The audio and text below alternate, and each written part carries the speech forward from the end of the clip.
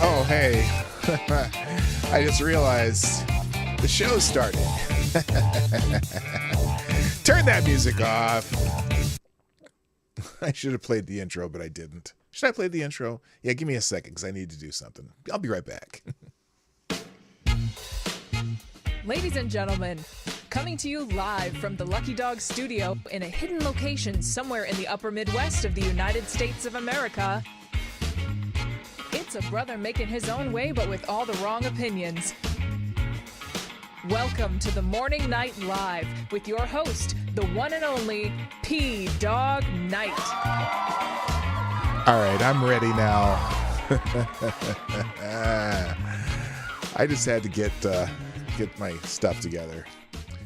Good morning, everyone. Welcome to the Morning Night Live. I'm your host, Marty, also known as P-Dog Knight on the internet. And welcome back to the P-Dog Knight channel, where sometimes I'm just not ready.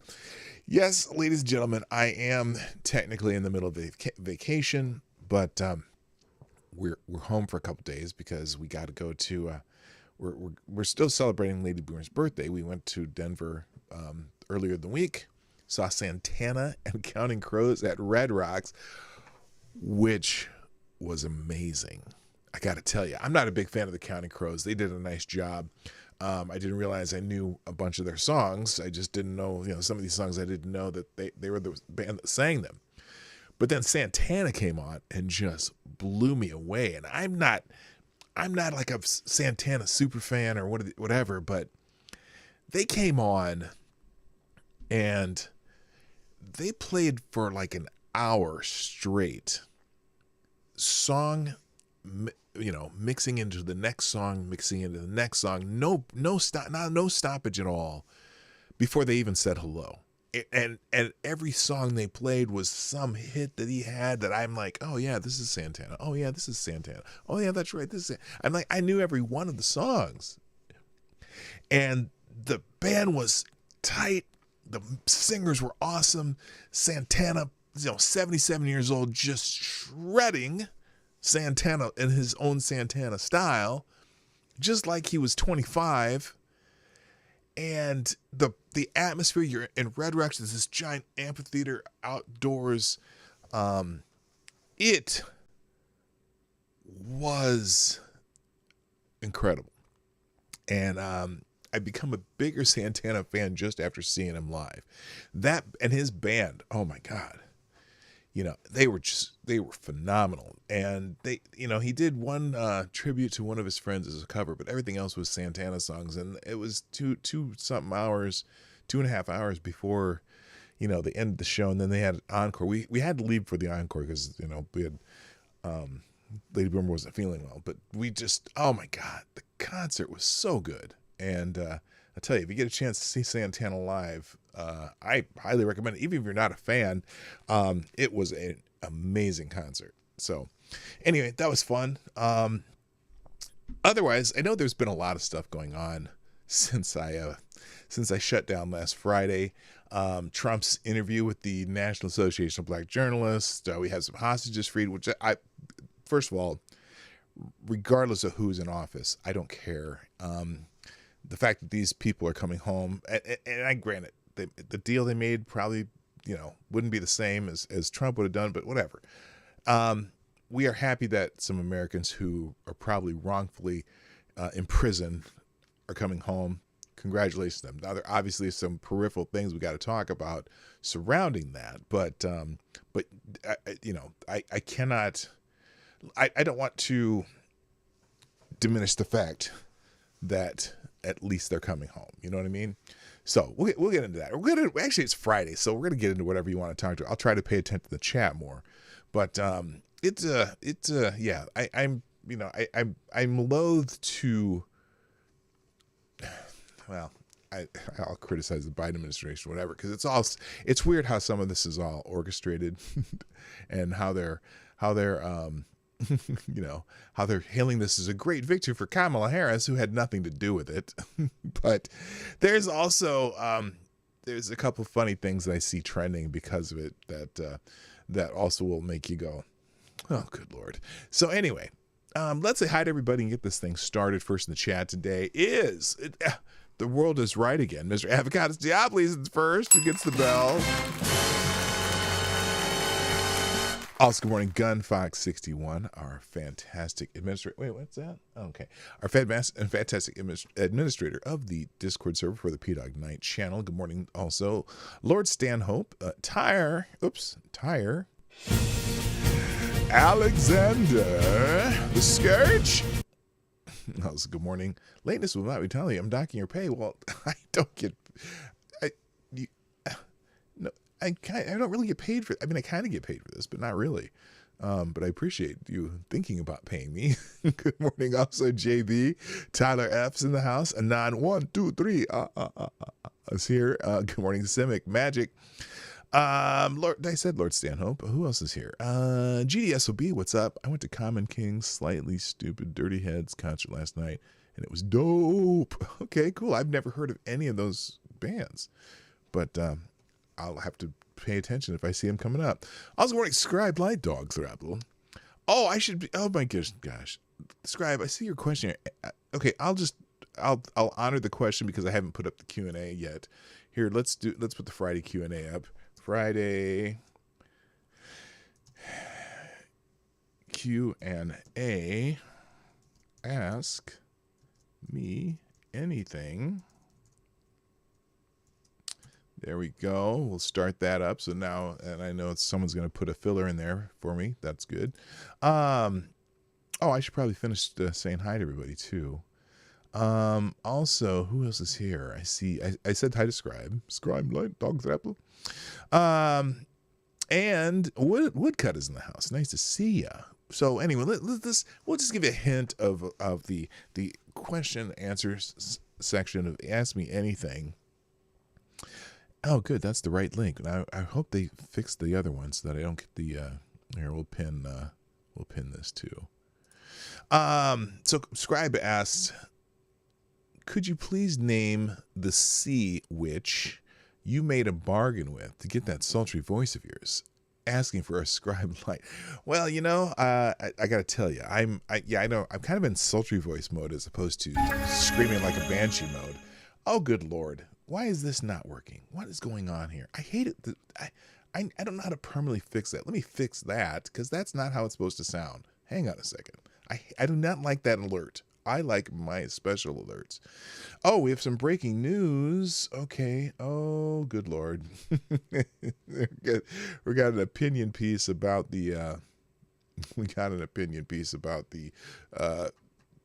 Trump journalist fiasco. Well, I don't say it's a fiasco. Look, they came out there to try to snipe him down, and he's like, y'all can't mess with me like that. That ain't happening. Oh wait, no, what am I doing? Alert box. Here we go. Yeah, it always do. I want it to be the default. There we go. Now let's see if this we get a proper first alert. I'm gonna replay Gunfox alert. This should be the right one. Aha, yes, and Gunfox, you are the new Streamlabs Superstar sponsor of the day. Although no, I don't know why the alert box is way up there. That's much better. So there you go. Gunfox, you are the Streamlabs Superstar sponsor of the day so far with the 10 spot. I don't know why. Oh, I never reset last Fridays. So anyway, Gunfox, breaking news. This is Friday where you can easily hijack the show. And of course, $10 anytime you will always hijack the show. So let's fix that. Let's see here. Oh, good Lord. Good Lord. Okay, so we're going to go into this opinion piece. This is a big topic all week, so here we go. By the way, if you want my opinion on this, isn't that why you're here? Well, let's see what the article says, and then I'll just chime in, because it's interesting how people got really upset with Donald Trump for mentioning what plenty of people have been mentioning since Kamala, decided that instead of being the first Indian whatever she is, the first black whatever she is. And look, in American, and part of this is the fact that she's selling herself as the, I guess, first black woman vice president now when she was before she was the first Indian senator, and the media helped this along. And ever since she started running for president in 2020, when she failed miserably, she decided that it was more important to emphasize the black part than the Indian part, which, whatever, she's mixed race and whatnot. But the problem is, I don't see her as, when I think of a black American, she doesn't necessarily fit the American descendant of slaves. She does not, she's not a foundational black American. She's not the American freedman. In fact, she's the only president. Well, I don't know if she's the only candidate, but of the two major candidates, there's only one that is the descendant of slave owners, and that would be Kamala Harris. And also the fact that her, parents, her mother obviously immigrated from India, which is fine. I don't care that her parents are immigrants. She's an American-born, natural-born American, whatever, born on American soil, and she's an American. But when she emphasizes her heritage and, I went to Howard University and I'm in a black sororities, traditionally black sorority, whatever. But her parents, neither of them are black American. Okay. So in the American sense, she's not like people start calling her an African American. Well, she's not. Okay. She's, and also her father, again, is Irish and South Indian. He's not black either, but they keep saying that he is. Well, maybe he is. I don't know. Who cares? But since she's made it this only criteria that right now that she is touting, it's the only criteria some people are using to vote for her, then I can understand why someone would bring it up as part of, well, which part is she emphasizing today? Because she tends to go back and forth. So, let's see. I don't know if I want to watch the report. Do I? Let's just look at the editorial that Gunfox just sent me here. This is from MSNBC, an opinion piece called "Why Kamala Harris, her biracial identity, upsets Donald Trump so much." Now, I didn't see him being upset about it, and since that's really the only thing that she's really running on right now, I'm a little curious what they're going to say here, because West Indians are the Guyanese. Is that right? I don't know. So anyway, okay, we'll get to that one too. Breaking War Report. Thank you, Gunfox61, again, sponsor the show. Why are all my thumbnails moved up to the top, or the alerts? They should be down farther. Where's the alert box here? It's in the wrong. Oh, it might be in the wrong. What's going on here? Oh, that's why. Okay, so we're gonna move that down. Okay, so here we go. Why Kamala Harris's biracial identity upsets Donald Trump so much. We'll get to trending topics a little bit later. Now it's funny. Early in Donald Trump's meltdown.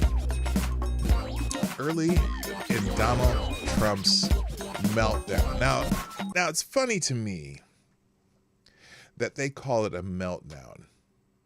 Was Donald Trump yelling, screaming, upset, furious, or was he just sitting there asking questions? Now the funny thing about that interview too, usually when a guest comes in and they decide that they're going to have a guest, no matter who it is, and especially a former president, usually the so-called journalists say, welcome President Trump, welcome, we appreciate you coming to talk with us, let's have a calm conversation.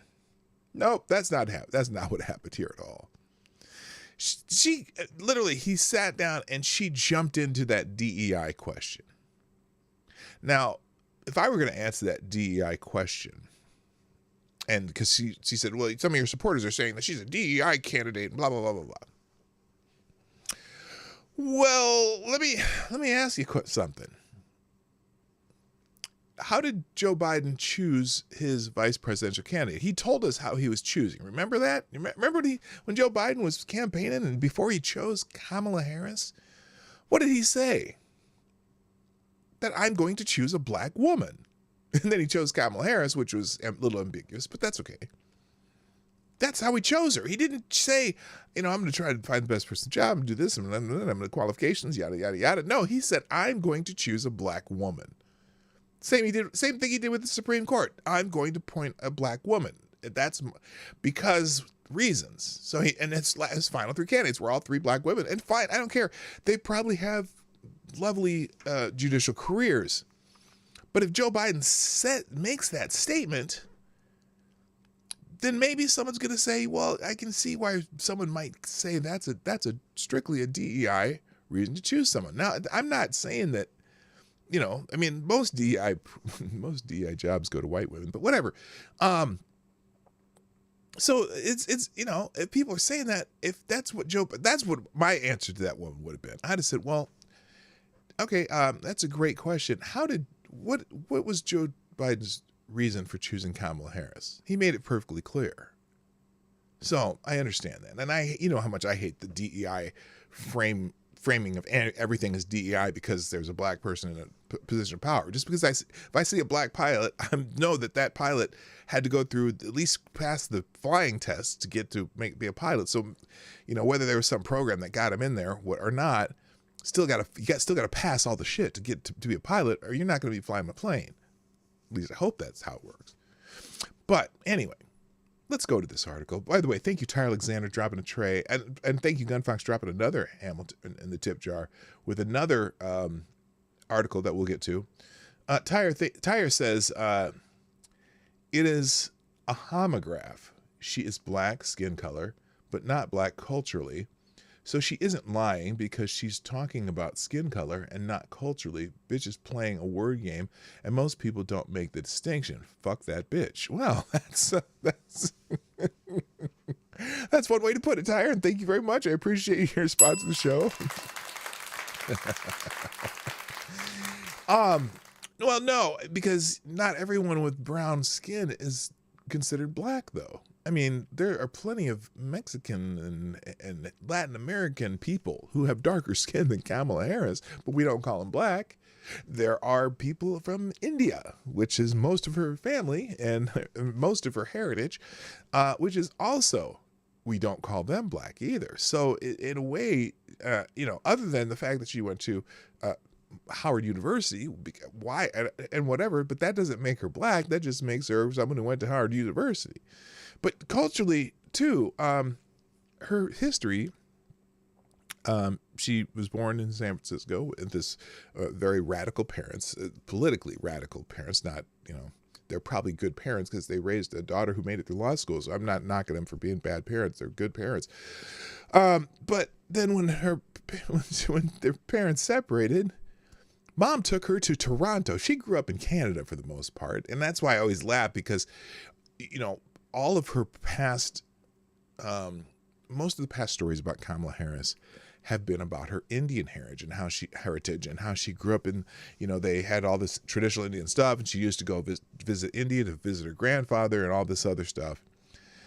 But then she gets to positions of power, especially when she became the vice president, and starts talking about celebrating Kwanzaa. Now, I don't know a whole lot of Indian people, like people of Indian descent or Indian immigrants, who were living in Toronto in the 70s, who were celebrating an African-American holiday that was still just barely getting off the ground. That was one of those things that I always laughed when she claimed that her family celebrated Kwanzaa. Why would her mother, who's raising her two daughters with as much Indian culture as possible, be celebrating Kwanzaa? It makes no sense. Good morning, Jay Pylon. How you doing, brother? Nice to see you. Anyway, so let's get to this article. This is MSNBC, who's obviously going to be very critical of Donald Trump because it's MSNBC, and that's the only reason that network exists. Early in Donald Trump's meltdown, again, meltdown's an interesting way to phrase it. He seemed pretty calm, but also didn't feel like the journalists necessarily gave him the respect that the former president should get. But then again, they all hate him. At this week's National Association of Black Journalists convention, the former president, offered unsolicited commentary on the racial identity of Vice President Kamala Harris, who has an Indian mother and a Jamaican father. So she's not African American, according to MSNBC even. That's interesting, right? I mean, that's how they break it down, isn't it? She was Indian all the way, Trump said of a presumptive opponent, and then all of a sudden she made a turn and she became a black person. Somebody should look into that. Now, again, hello, Rick Ashbringer, by the way. There is a multitude of problems with Trump's comments from his presumption that he has the expertise and jurisdiction to judge someone else's identity to his argument that Harris lacks the racial bona fide to merit the black audience members' allegiance. No, that's not what he was saying. He's saying that she's pandering, trying to use race as her only qualification. And if you listen around the internet, there's plenty of people out there saying, oh, I'm going to vote for her because she's black. I don't care about anything else. I'm going to vote for her because she's black. Okay, fine. If that's your criteria for choosing a president of the United States, that's certainly your prerogative, but it's certainly a dumb way to choose your president. Cuting on us. So anyway, but the former president's ramble offers an important conclusion. Trump simply doesn't understand race. I bet he understands this more than you know. I bet you'd be so shocked to know that he does understand it. His point was making, who is she pandering to now? When Trump asked for somebody to look into that, the truth is that for years, researchers have looked into that. What they found is that overly simplified perspectives on race like Trump's are not only misplaced, but they are counterproductive and dangerous. Dangerous how? Well, then, if it's dangerous, isn't it dangerous to play that game if you are that person? Because certainly, it's not like there's the internet or anything. We can look back and see how the media has chosen to portray Kamala Harris. And I tell you, when she became a senator, everything was about her being Indian. Now, granted, her father, who they, may have some African ties, whatever, obviously Jamaican, but I'm pretty sure that his ancestry is also Irish and Indian. But I don't know for sure. Maybe they'll tell us. I got it. Maybe they'll tell us in this article. Let me see if they actually talk about Don Harris. And let me see if they mention the fact that she's a descendant of slave owners. Because she's certainly not descendant of slaves, which is when in America, when you say someone's black or African American, usually you mean they're descendants of slaves. Because Africans don't even necessarily get the title of black person in America. We say they're from, Ghana or Nigeria or whatever. At least in the black community. The black community is, if you are a descendant of slaves, then you are an African American or a black person. So she's neither of those, for sure. But let's continue in this article. Scholars of Race. Well, that's an interesting title. Scholars of Race have long argued and demonstrated that race is a socially constructed category that still has very real outcomes. We as members of society constantly construct, deconstruct, or reconstruct what race means. Yes, we do, don't we? And there's some people who are adamant that we don't call people from Africa African Americans, or we don't call people who we don't call black people usually means descendants of slaves. So okay. Let's see. Even the basics of how race is measured in America have evolved over time. The 1850 U.S. Census was the first to acknowledge people of multiracial descent, which I am, by the way. I'm fully aware of this. I am of multiracial descent. Now, I wasn't 100% sure until 2003 when I figured out who my birth parents were. But I am one of those multiracial people. So please make sure you know that I understand this as well as anybody. It was the first census to acknowledge people of multiracial descent with the category mulatto, used as a way to exclude them from having full political rights. 1850 1850. Yeah, that's right. Not until the 2000 census were multiracial Americans able to formally mark more than one racial identity. In fact, the multiracial population is the fastest growing racial group in the United States, with a 276% increase between 2010 and 2020. Well, that doesn't mean a whole lot. If you have, let's say that multiracial people are 0.5% of the population, and then it doubles in 1 year. Of course, it's going to be the fastest growing racial group, because that's a huge increase percentage-wise. We've used percentage, but whatever, that's fine. There's a lot of multiracial people in the United States, okay? More and more. As ABC News' Rachel Scott pointed out to Trump, Harris has always identified as a black woman. Sort of. She went to a historically black college. So do a lot of white people. So did Rachel Dolezal. Rachel Dolezal went to Howard too. So that doesn't mean anything. Rachel Dolezal identifies as a black woman. So don't give me that shit. Harris graduated from Howard University, where she was a member of Alpha Kappa Alpha, which is my mother's sorority also, a historically African-American sorority. Again, historically African-American. They're white AKAs though. So don't stop with this. That still doesn't mean anything. That doesn't prove anything.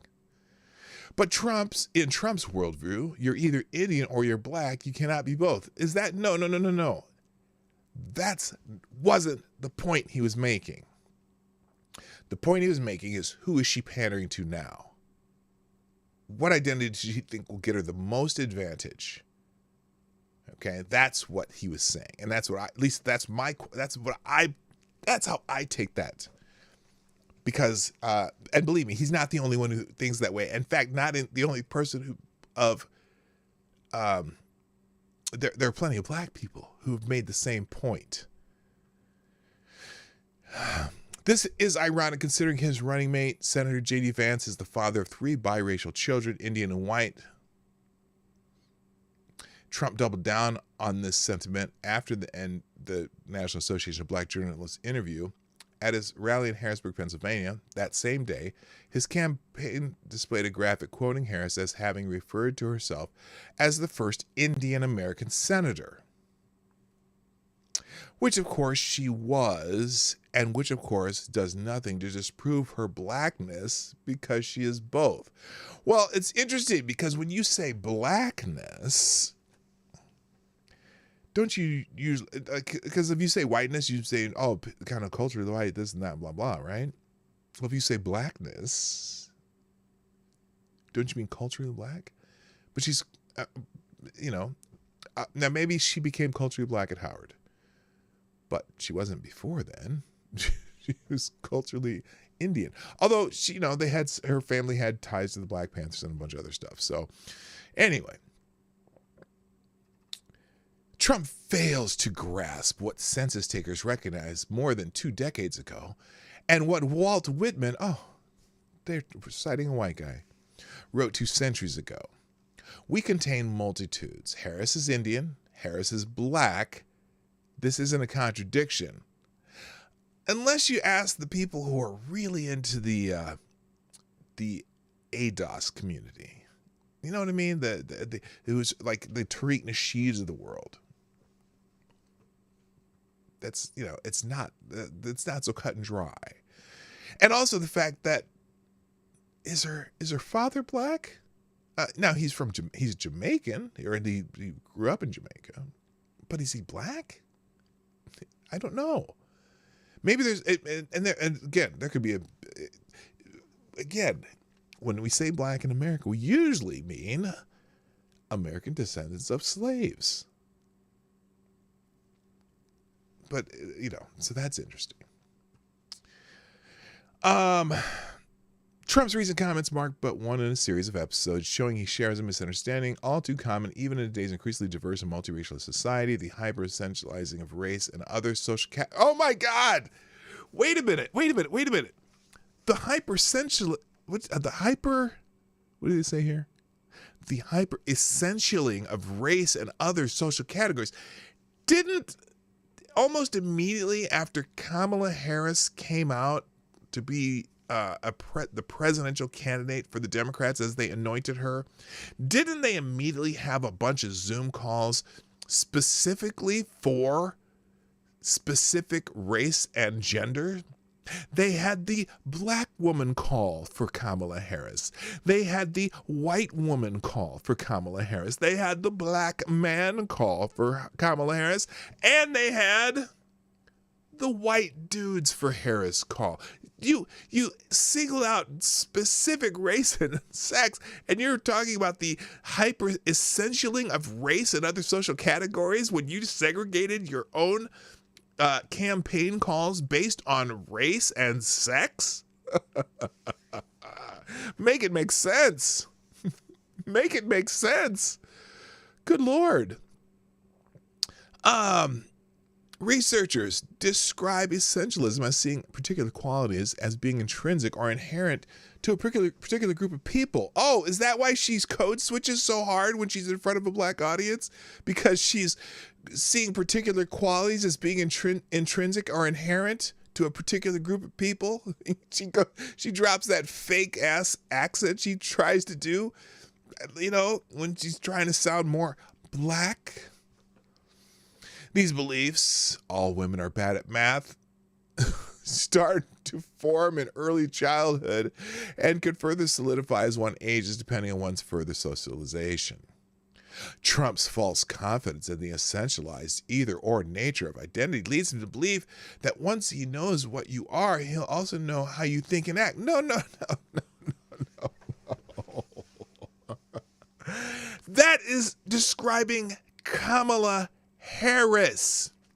That's why she has Megan Thee Stallion out there twerking at a campaign rally in Atlanta in front of black people, because that's her. That's what Democrats do. And when Joe Biden said, if you don't know if you're going to vote for me or Trump, you ain't black. What are you talking? It's like you apparently you people do not have mirrors. And I mean writers of these stupid ass articles.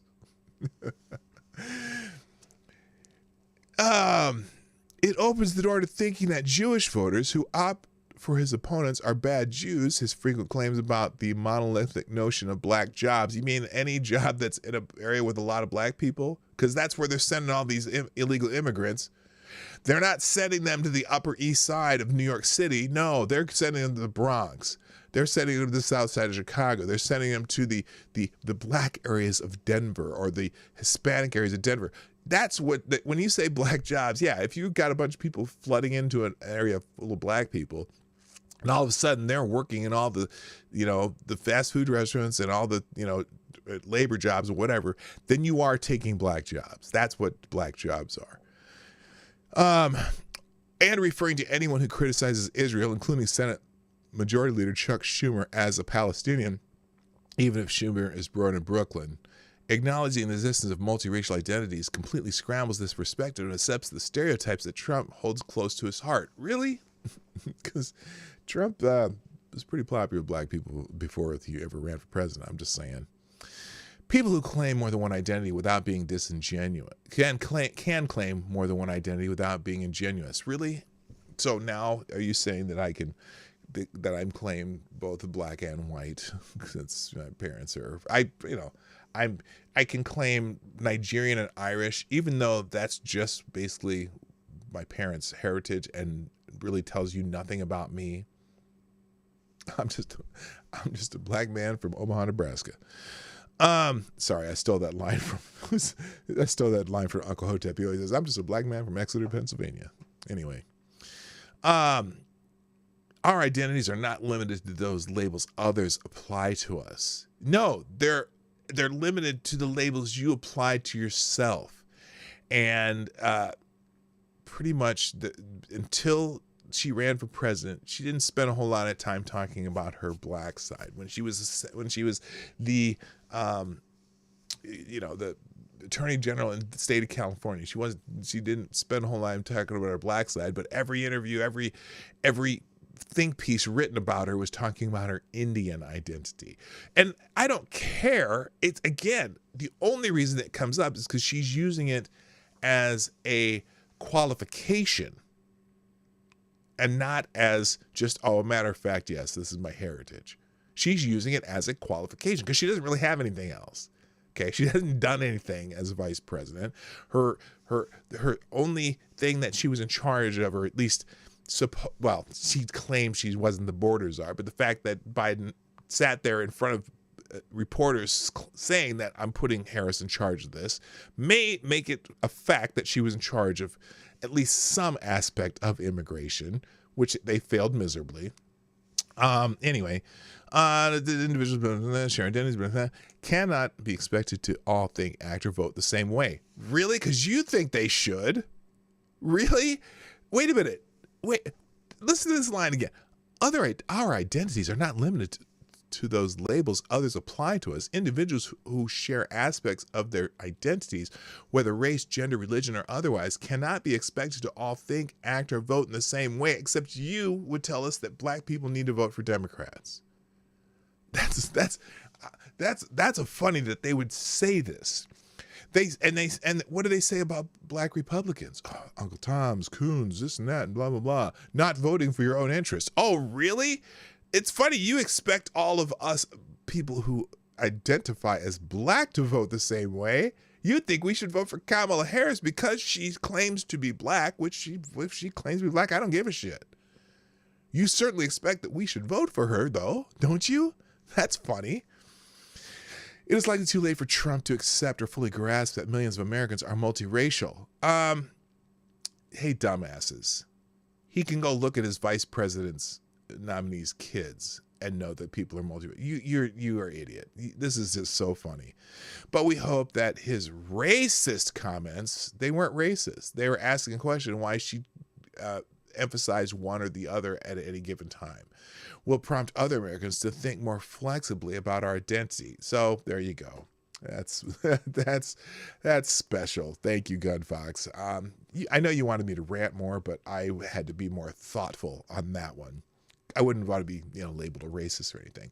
Good morning, Unacceptable Views. Welcome to the show. Nice to have you. Rick Ashbringer, I think I said hello. Why are they so hesitant to say Jamaican? Why are they staying away from it? That's a good question, too. That is a great question. I am wondering why they don't.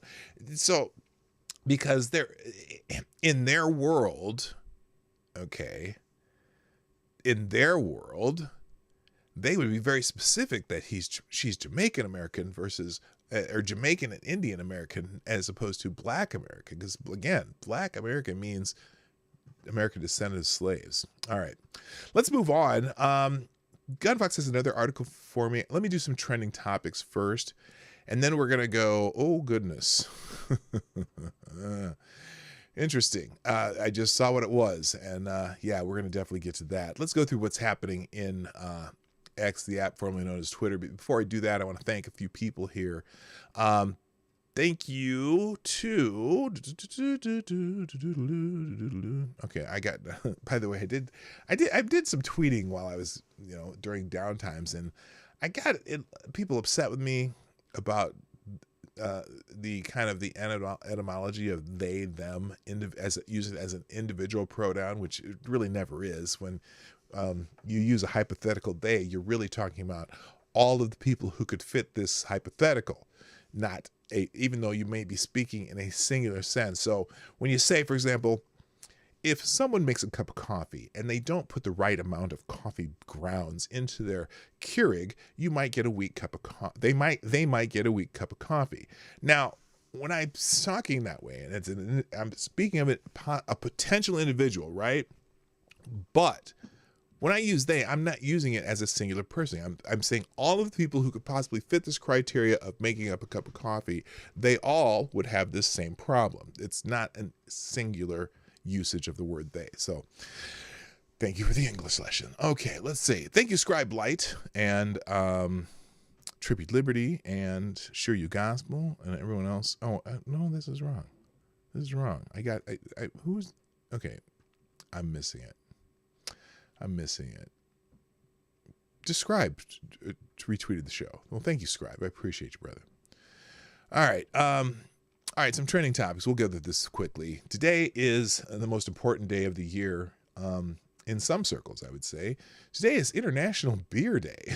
So happy International Beer Day, Youngling Brewery. I think that's in Ohio.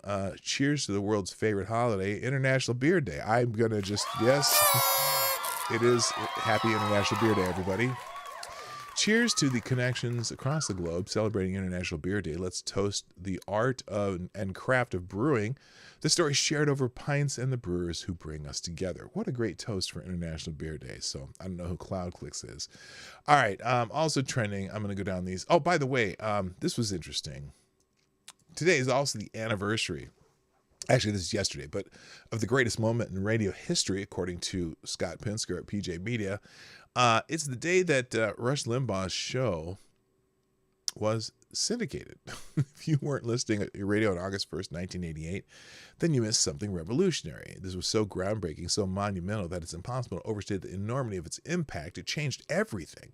The seismic shift in its wake in news media, political journalism, and grassroots activism, and pop culture itself transformed America so profoundly that it is impossible to imagine our modern world without his larger-than-life imprint from his formerly nicotine-stained fingers. On August 1st, 1988, was the day that Rush Limbaugh's radio show was syndicated. Now, Rush Limbaugh didn't invent talk radio. Loud, boisterous talk show hosts were an American staple almost from the beginning. Father Charles Coughlin commanded a radio audience in the tens of millions back in the 1930s and was a constant thorn in FDR's side. Paul Harvey left an enormous voice print on the talk radio industry, originating his rest of this is the rest of the story. If you remember that, put a 1 in the chat. Tagline way back in 1946. Harvey continued broadcasting until 2008, one of the longest and most successful tenures ever. But in terms of overall cultural impact, there really was only one Rush Limbaugh. If he hadn't existed, nobody would ever believe it because his accomplishments are just so ludicrous that they defy common sense. Imagine one man all on his own, speaking extemporaneously about the issues and events of the day. He rarely took phone calls and seldom had guests. It was just one man talking into his golden EIB microphone, riffing about life, country, family, and politics. And for decades, 3 hours every weekday, the more people would listen to this man than anyone else. Yeah, no, it's interesting. I had a friend who I was a roommate with in college who actually got me to listen to Rush Limbaugh once because I thought, who's this blowhard on the radio? And Rush is a very he's a legend. And whether you liked him or not, you can't deny the impact he had on American politics, American radio, and rest in peace, Rush Limbaugh. Also trending today, James Baldwin, the famous African-American author. On this day in 1924, James Baldwin was born in Harlem, New York.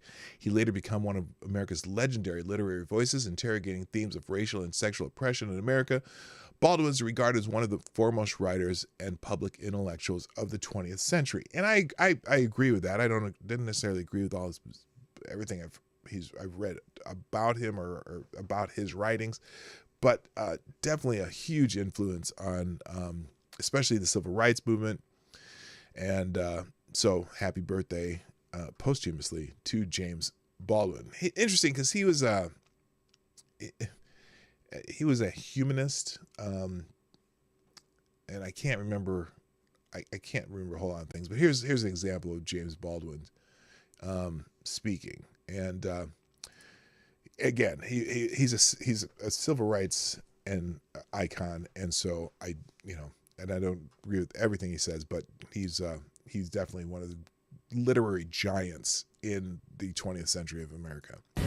It is a terrible thing for an entire people to surrender to the notion that 1/9 of its population is beneath them, and until the moment comes when we, the American people, are able to accept the fact that I have to accept, for example, that my ancestors are both white and black, that on that continent we are trying to forge a new identity for which we need each other, and that I am not a ward of America. I am not an object of missionary charity. I am one of the people who built the country. Until this moment, there is scarcely any hope for the American dream, because the people who are denied participation in it, by their very presence, will wreck it. And if that happens, it's a very grave moment for the West. Thank you. So now that, remember, he's saying this in early 60s, and that's a very profound statement. And fortunately, our country's come a long way since then. So happy birthday to James Baldwin. Also trending today, unemployment. The unemployment numbers came out today, and they're not as rosy as they were expected to be. Unemployment shot up to 4.3%, the highest since October 2021. Now it's funny because this person says, if you think Bidenomics is bad, wait for Kamalanomics. Now, I have an interesting take on this. How they constantly get these employment numbers wrong. Now, it may be worse. It may be better. I don't know. But what they say is that the latest figures released, the unemployment rate unexpectedly rose to 4.3% when it had been predicted to be 4.1%. There were significantly fewer jobs added across all industries as businesses fear a potential looming recession. Now, whoa, what? Fear a recession? Now, how could that be? I thought the Inflation Reduction Act was the greatest act of legislation ever in the history of America. That would solve inflation. It would solve the climate change. It would solve everything. I have a theory on this. Along with the unemployment rate, the Fed is trending. Okay, now, and let's see. Someone here says, I was told. Let's see. This is Lindsay Owens. Who is Lindsay Owens? She is executive director of Groundwork, and she is formerly with Senator Warren, Keith Ellison, and Representative Jayapal. She told Business Insider that the Fed was behind the eight ball, and with every passing decision not to cut rates, the risk would accumulate. Here we are. If they're going to wait until September, they need to cut more deeply, at least 50 basis points. So they're pushing for a lowering of interest rates. Now, why would, again, when they're concerned about a recession, they say, "Oh yeah, we should lower rates." Well, what would lowering the rates do from a political sense? Well, wouldn't that might help Kamala Harris, right? Wouldn't that help if all of a sudden, the Fed's announcing lowering interest rates? And but it's interesting because now you have to, and Paul Krugman too. Now, anything Paul Krugman says, I would say do the opposite. And he tweeted here, "Dear Fed, as some of us have been saying for a while, you're well behind the curve. Inflation has been beaten. Labor market weakening fast. Cut. Has it though? A 3% inflation rate, is that beating inflation? I mean, you beat it certainly from when it was 9%, but that was in the middle of the Biden administration. But 3% is still higher than it has been in the last few years. Now their goal is to get under 2%, so they're holding, the Fed is holding off on cutting interest rates, and so that's why the Fed, unemployment, and Jerome Powell, the chairman of the Fed, are all trending right now. Now here it is. I hope that you can see through this. They've been cooking the books for the entire time. Powell needs an excuse to lower the interest rates in September, just in time to help Kamala Harris. Now when they look, the Fed is just as politicized as anything else. And I'm sure that may be part of the reason behind this. So here it is. Got it. We came in much weaker than expected on non-farm. We came in at 114,000 jobs on non-farm. The estimate was 175,000 jobs on non-farm. The employment rate unexpectedly went up. We went up to 4.3%. We were looking for a rate of 4.1%. Now look, also, by the way, unemployment as at 4.1 or 4.3 or whatever they announce, and the adding of jobs is always suspect. Now we've known that usually you give rosy numbers and then they revise them a month later to be something worse. The only reason I can say that they could underestimate it now maybe would be, again, to get the Fed to cut interest rates. Then then the Biden administration take credit. Oh my gosh, we solved inflation and we lowered interest rates, blah, blah, blah, blah, blah. I don't trust any of these motherfuckers. Let's just put it that way, okay? Okay, moving on. Also trending again. Oh, and recession is also trending. So I have links to all of these. Recession is also trending. Someone here says, breaking, economist John Lonsky sounds the alarm on the current state of the economy. I'm beginning to smell a recession coming into view. This jump by the unemployment rate, my goodness, 4.3% is up sharply from not long ago. And then we have someone talking about Kamalanomics. The markets are no longer worried about inflation, and they are becoming worried about the possibility of recession. So here's this guy talking about recession. The markets are no longer worried about inflation. Instead, they are becoming worried about the possibility of a recession. My goodness, if you get 3 consecutive monthly readings on job gains that are less than 125,000, we only had 114,000 for the month of July, I'm beginning to smell a recession coming into view if that's the case. This jump by the unemployment rate, my goodness, 4.3%. This is up sharply from, not long ago. Where was it? At 3.5, 3.6%. This is a bearish report for the U.S. economy. The market has it right. We have strong reason to be worried about the sustainability of corporate profits looking ahead. The markets are no longer worried about inflation. I got it. So anyway, now I can also say maybe that hyperbolic take on it too may have political impact too. The media and the Fed and all these people and the people who report this stuff, I feel like they all have an agenda, and I'm just tired of it. I don't know what we can do. I don't know what we can do as Americans to fix this. Certainly, I'm not looking forward to anything close to what would be Kamalanomics. I'm sorry. She is a. If you know her history, she is basically a communist. I'm just saying. If you listen to some of her old stuff that she's trying to moderate now, it ain't it. All right, moving on. Oh, wow. What is this? Oh, Ron Paul is trending. Now, you may or may not know why Ron Paul is trending, and it has to do with Kyle Rittenhouse and guns and the Second Amendment, which all of these things are trending, okay? Ron Paul's trending because Kyle Rittenhouse put out a video here, and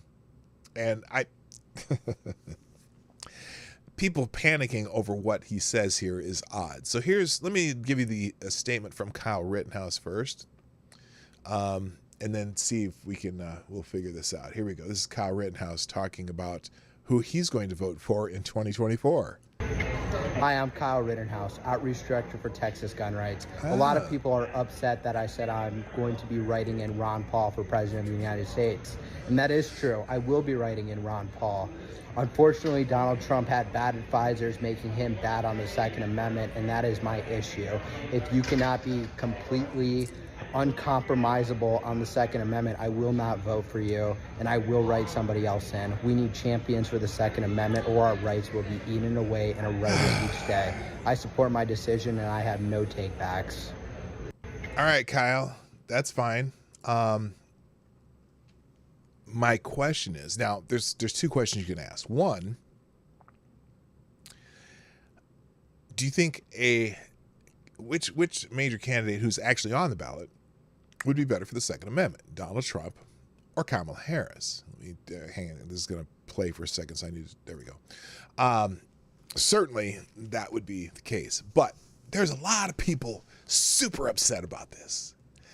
Well, it's a symbolic gesture by Kyle Rittenhouse And also, who cares? If he wants to write in Ron Paul, remember, Kyle Rittenhouse lives in Texas. Okay, he lives in Texas. Is Texas going to go blue this year? They keep trying to say it will, but I'm not going to buy that. So now, is he going to influence tons of people to vote for write in Ron Paul? Yeah, I doubt it. You know, he has a limited reach. And also, you know, it's like, and I'm fine, but I will still drink Rittenhouse Rye. Oh, speaking of which, right there, which has no relation to Kyle Rittenhouse whatsoever. But the people just running him down for even considering this. And for example, here's an example of someone very angry about him putting this out here. Now Kyle Rittenhouse is abandoning Trump because he's not 2A enough and writing in Ron Paul, who's not even on the ballot. Honestly, these so-called bastions on the right can get fucked. We don't have a Second Amendment or country if Trump doesn't get in. Okay, Ultra Mega Chris, I get it. You're very upset about it. I don't care. Again, he's in Texas. It's like me. Look, I'm going to make a confession here.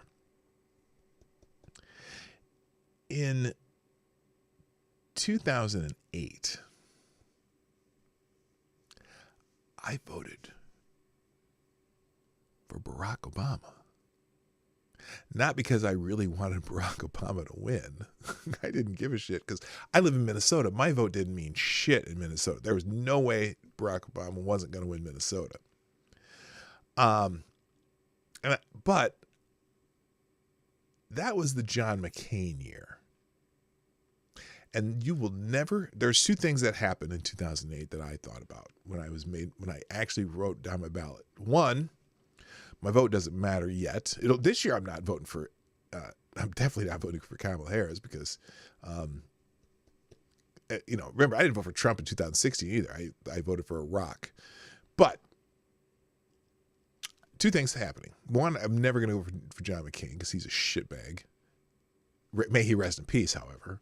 He's an American hero, but he's also a shitbag as a politician. And the second thing was, I can say I voted for the first black president. Now, was that identity politics on my part in 2008? Abso-fucking-lutely.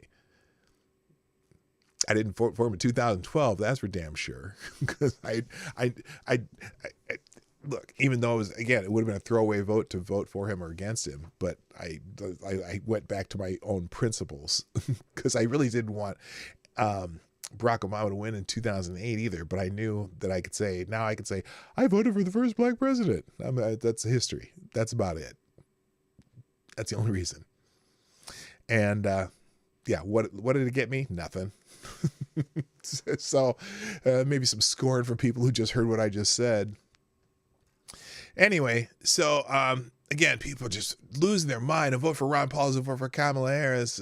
Kyle Rittenhouse took the support of MAGA and Donald Trump, but now is completely turning on him. Is he turning on him to write in a candidate in 2024 after all the movement did for him? Absolutely disgusted with this kid. You're mad because he's going to vote for Ron Paul? Wait a minute. Ron Paul and the Fed Ron Paul, who's not really running. It's not, and again, it's a throwaway vote in Texas. If it was a close race in Texas, all hands on deck. But he's making a symbolic gesture. Who cares? It's Kyle Rittenhouse. His 15 minutes are kind of somewhat behind him. I mean, everyone knows his name still. So anyway, that's why Second Amendment is trending. That is, and let's see, anyone else here?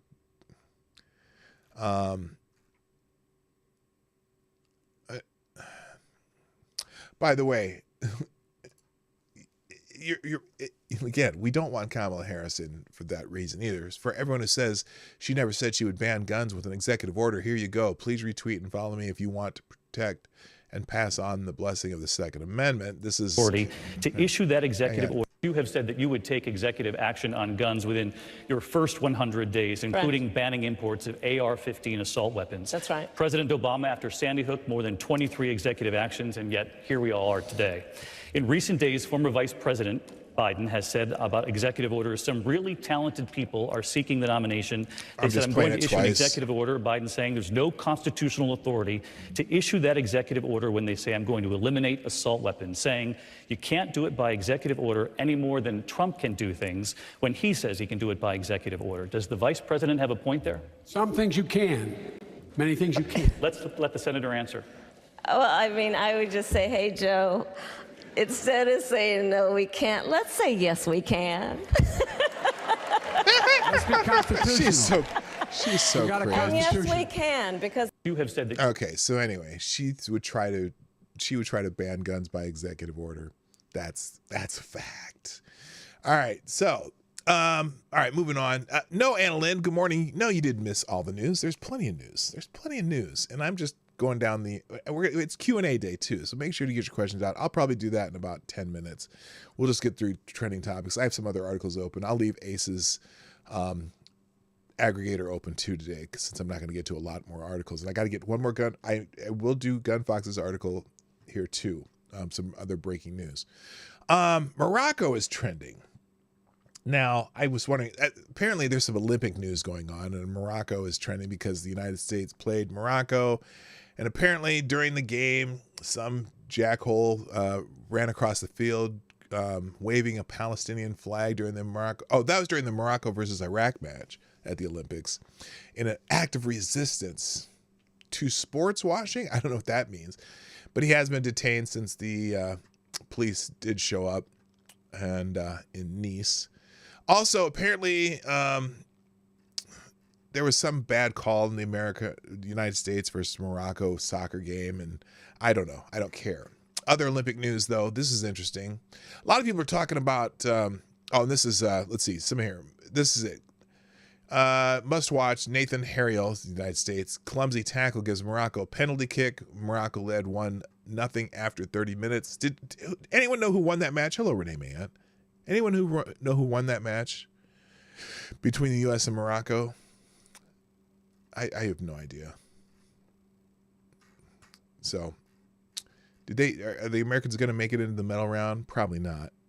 Or I don't know. Who won? Anyone know? I don't. That's how much of the Olympics I pay attention to. And then the only other big Olympic story. Oh wait. Oh, here's another one too. Sha'Carri Richardson, the American sprinter, came out hot in the preliminary heats, and she cruised to a first round 10.94 in the 100 meters. She is looking as good as ever. And remember, she used to have the weird, I mean, she still does the fingernails and stuff, kind of like FloJo-like. But she's gotten serious. She had that really one bad year where she just, the Jamaicans crushed her at the World Championships. And she has come back with a vengeance, trained hard, and really is America's greatest hope in the women's 100 meters. So congratulations, Sha'Carri Richardson. The only other thing that is happening in the Olympics that I'm going to address is the Algerian boxer. Okay. A lot of people are talking about, they allowed this transgender Algerian boxer. Some dude beat up a chick. Okay. That's the one I'm talking about. All right. Sort of. Okay. The Algerian boxer is not trans. The Algerian boxer has an intersex condition and was banned by a boxing federation because tested as having XY chromosomes, and apparently the boxer is similar to Caster Semenya, having internal testes. So the person grew up as a woman. Probably they didn't know that as this boxer was growing up, and it is oh good Lord. U.S. sent 12 more warships to the Middle East, bringing their total to over 20. That's interesting. I don't like the sound of that. We might be getting involved in a war. Well, as if we're not involved in that war in Eastern Europe. Anyway, so the Algerian boxer, and there are two boxers in the Olympics in women's boxing that were disqualified from participating in this International Boxing Association. I don't know the name of the association, because they tested as XY chromosomes. They did not qualify to be boxing under the female category. Just before the Olympics, however, not long before the Olympics, the International Olympic Committee changed or dropped that particular federation as for using criteria for boxers. So this Algerian boxer who was raised as a woman, who has intersex issues and has higher testosterone because, like Semenaya, has internal testes. Though I don't even know what to call this person, was allowed to compete in boxing. And so she has some very male-like features, you'd think. And had they continued using the criteria from this association, would not have been allowed to box in the Olympics. But because they dropped this association, this person apparently met the criteria. So a lot of people are claiming that this is a trans woman. It is not. It is someone who grew up as a woman and has a physical anomaly that of an intersex condition that causes this person to produce testosterone through internal testes. So, in other words, she has balls inside. And so that's the controversy. So when the person, when in that match where the poor Italian lady got hit in the face and her nose hurt so bad that she quit the match, which is interesting. That's an interesting thing too. She didn't quit because of who she was boxing. She's quit because she was punched in the face and her nose hurt so bad she did not want to continue. Which is weird because, you know, you're in boxing. Now, the whole question of whether or not she's boxing a man or a woman is somewhat irrelevant in that I don't know if I've ever seen a man quit a boxing match because they got hit in the nose and it hurt so bad. Maybe not. She decided not to continue though. So that's the whole story on that. It's most people can't even tell you which continent Algeria is even on. True. That is true too. That's funny. Good morning, Selected Boy, by the way. Yeah. All right, boy. Moving on. Bill Barr is trending. Now, some people are mad at Bill Barr, and also there's been some claims. It's funny how in an election year, how so many stories come out and you got to question them. Because like, remember during Trump's first run and they came up with all the Russia bullshit now, right? So I don't necessarily trust the media on any of this. So Bill Barr is trending, the former attorney general, and they're claiming now that Donald Trump in his 2016, is it 2016 or 2020? They're claiming that, where is it? Here it is. Here's what they're claiming. It is reported. Now, listen to the weasel words in this sentence, too. This is someone named Henry Rosenberg. Henry Rosenberg is, I don't know who he is, but he has 55,000 followers. But he's basing this on an article in the Washington Post, of course. It is reported that Trump may have received $10 million from Egypt 5 days before he became president. But we will never know because Bill Barr blocked the investigation from going forward. On top of Russia collusion, which didn't happen, and Saudi Arabian payouts. Oh, you mean they stayed in his hotels? Trump is a walking national security risk. That's the story. And so they've had this, let's see. There's a story apparently in the Washington Post. Here it is, Washington Post. They're claiming that 10,000 cash withdrawal drove secret probe into whether Trump took money from Egypt. Now, of course, it's interesting that they will post an article like this, but they've spent the last 5-6 years denying the Biden family crime syndicate. Isn't that strange how they'll put this article out during the election year, but they certainly will not go any deeper into the Biden family. Isn't that amazing? They just avoid it like they've avoided like the plague for 5-6 years now. Isn't that amazing? So here it is, the Washington Post, 5 days before Donald Trump became president in January 2017. Okay, so this is 2016. A manager at a bank branch in Cairo received an unusual letter from an organization linked to the Egyptian intelligence service. It asked the bank to kindly withdraw nearly $10 million from the organization's account, all in cash. Inside the state-run National Bank of Egypt, employees were soon busy placing bundles of $100 bills in 2 large bags, according to the records from the bank. 4 men arrived and carried away the bags, which U.S. officials later described in sealed court filings as weighing a combined 200 pounds and containing what was then a sizable share of Egypt's reserve U.S. currency. Federal investigators learned of the withdrawal, which has not been previously reported in early 2019. The discovery intensified a secret criminal investigation that had begun 2 years earlier with classified U.S. intelligence indicating that Egyptian President Abdel Fattah el-Sisi sought to give Trump $10 million to boost his 2016 presidential campaign. A Washington Post investigation has found, oh my goodness, another Washington Post investigation that just happens to fit the, oh, hey, there's my friend Joe Ellis. What up, Joe? What is up? So I'm looking at this and I go, and also, by the way, when I see the weasel words may have, I always get a kick out of the may have. You know, it's just weasel words. So anyway, this is a story that's going to blow up in the next few days. And they're saying that Bill Barr directed Jesse Liu, the Trump-appointed U.S. attorney to D.C., to personally examine the classified intelligence to evaluate if further investigation was warranted. Barr later instructed FBI Director Christopher Wray to impose adult supervision on FBI agents. Barr described as hell-bent on pursuing Trump's records. According to people familiar with the exchange, it is unclear what, if any, actions Wray, who was appointed by Trump, took in response. So I'm so fascinated because I don't think Christopher Wray has ever been necessarily loyal, so to speak, to Trump.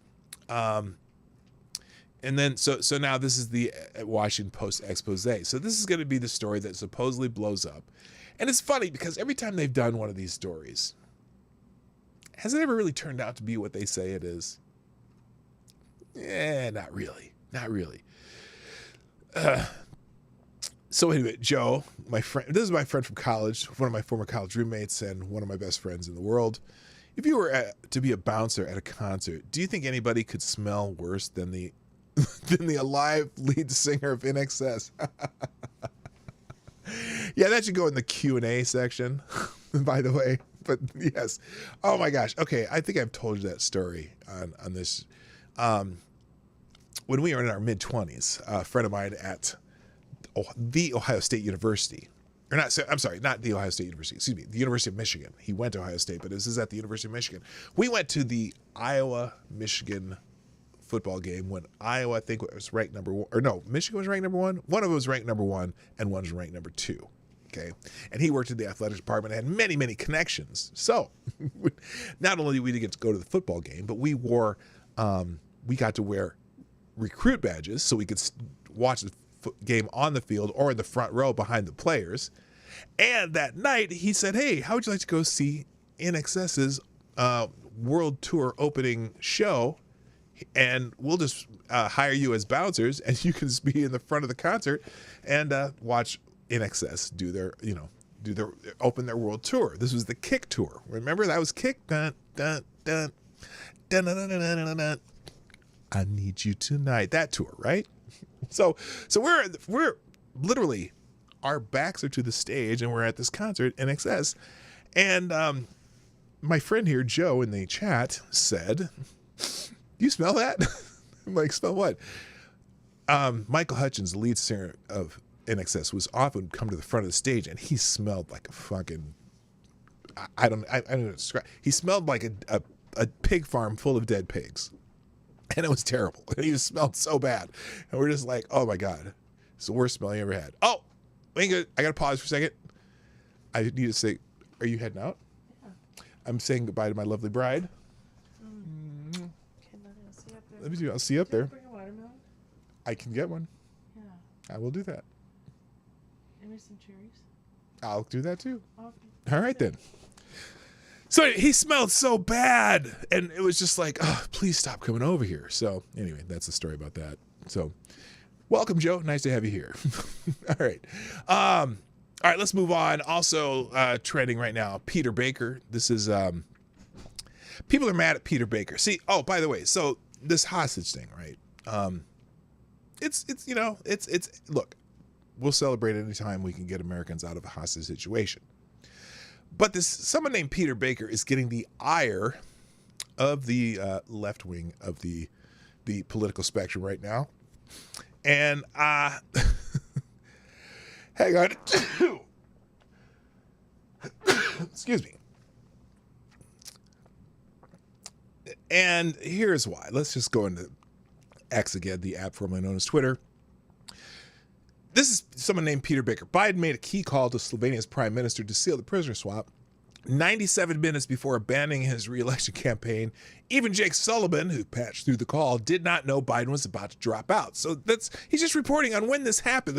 Apparently they started working on this deal to get these, I would say, political prisoners out of Russia. They Gershkovich and I'm blanking on the names on the top of my head. So he wrote this article in the New York Times and saying that, this happened, and he's kind of saying that not even his staff knew that Biden was going to quit. Now, does that overshadow the fact that we get these prisoners back?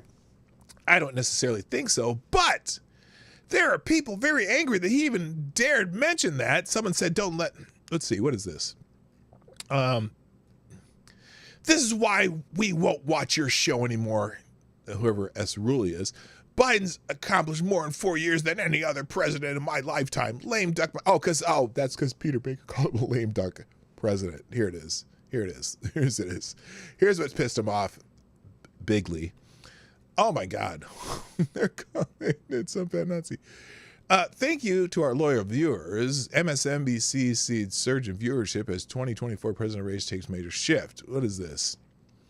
Following a major shift in the dynamic of the 2024 presidential race, with President Joe Biden announcing his withdrawal and Vice President Kamala Harris announcing her bid, MSNBC has seen a huge surge of viewers turning to the network for key breaking news moments and for trusted real-time reactions and analysis from MSNBC hosts from Sunday. Okay, who cares? Then someone said, don't bet. Here it is. For Sunday, July 21st, the day of President Biden's announcement to exit the presidential race, through Saturday, July 27th, MSNBC averaged 60% more total day viewers, 1 million versus 629,000, and 70% more primetime viewers. Hang on a second. I'm having some issues.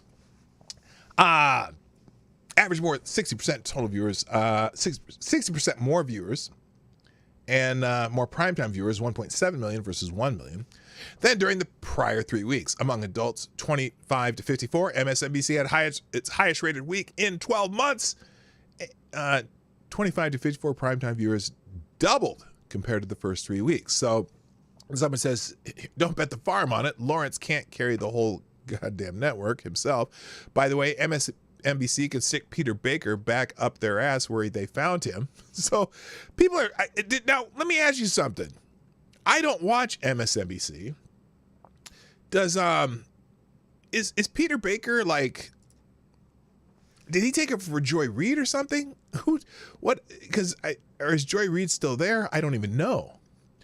100 years from now, people will be writing books about the accomplishments of President Biden, and he will just be a footnote under journalists who worked to bring him down.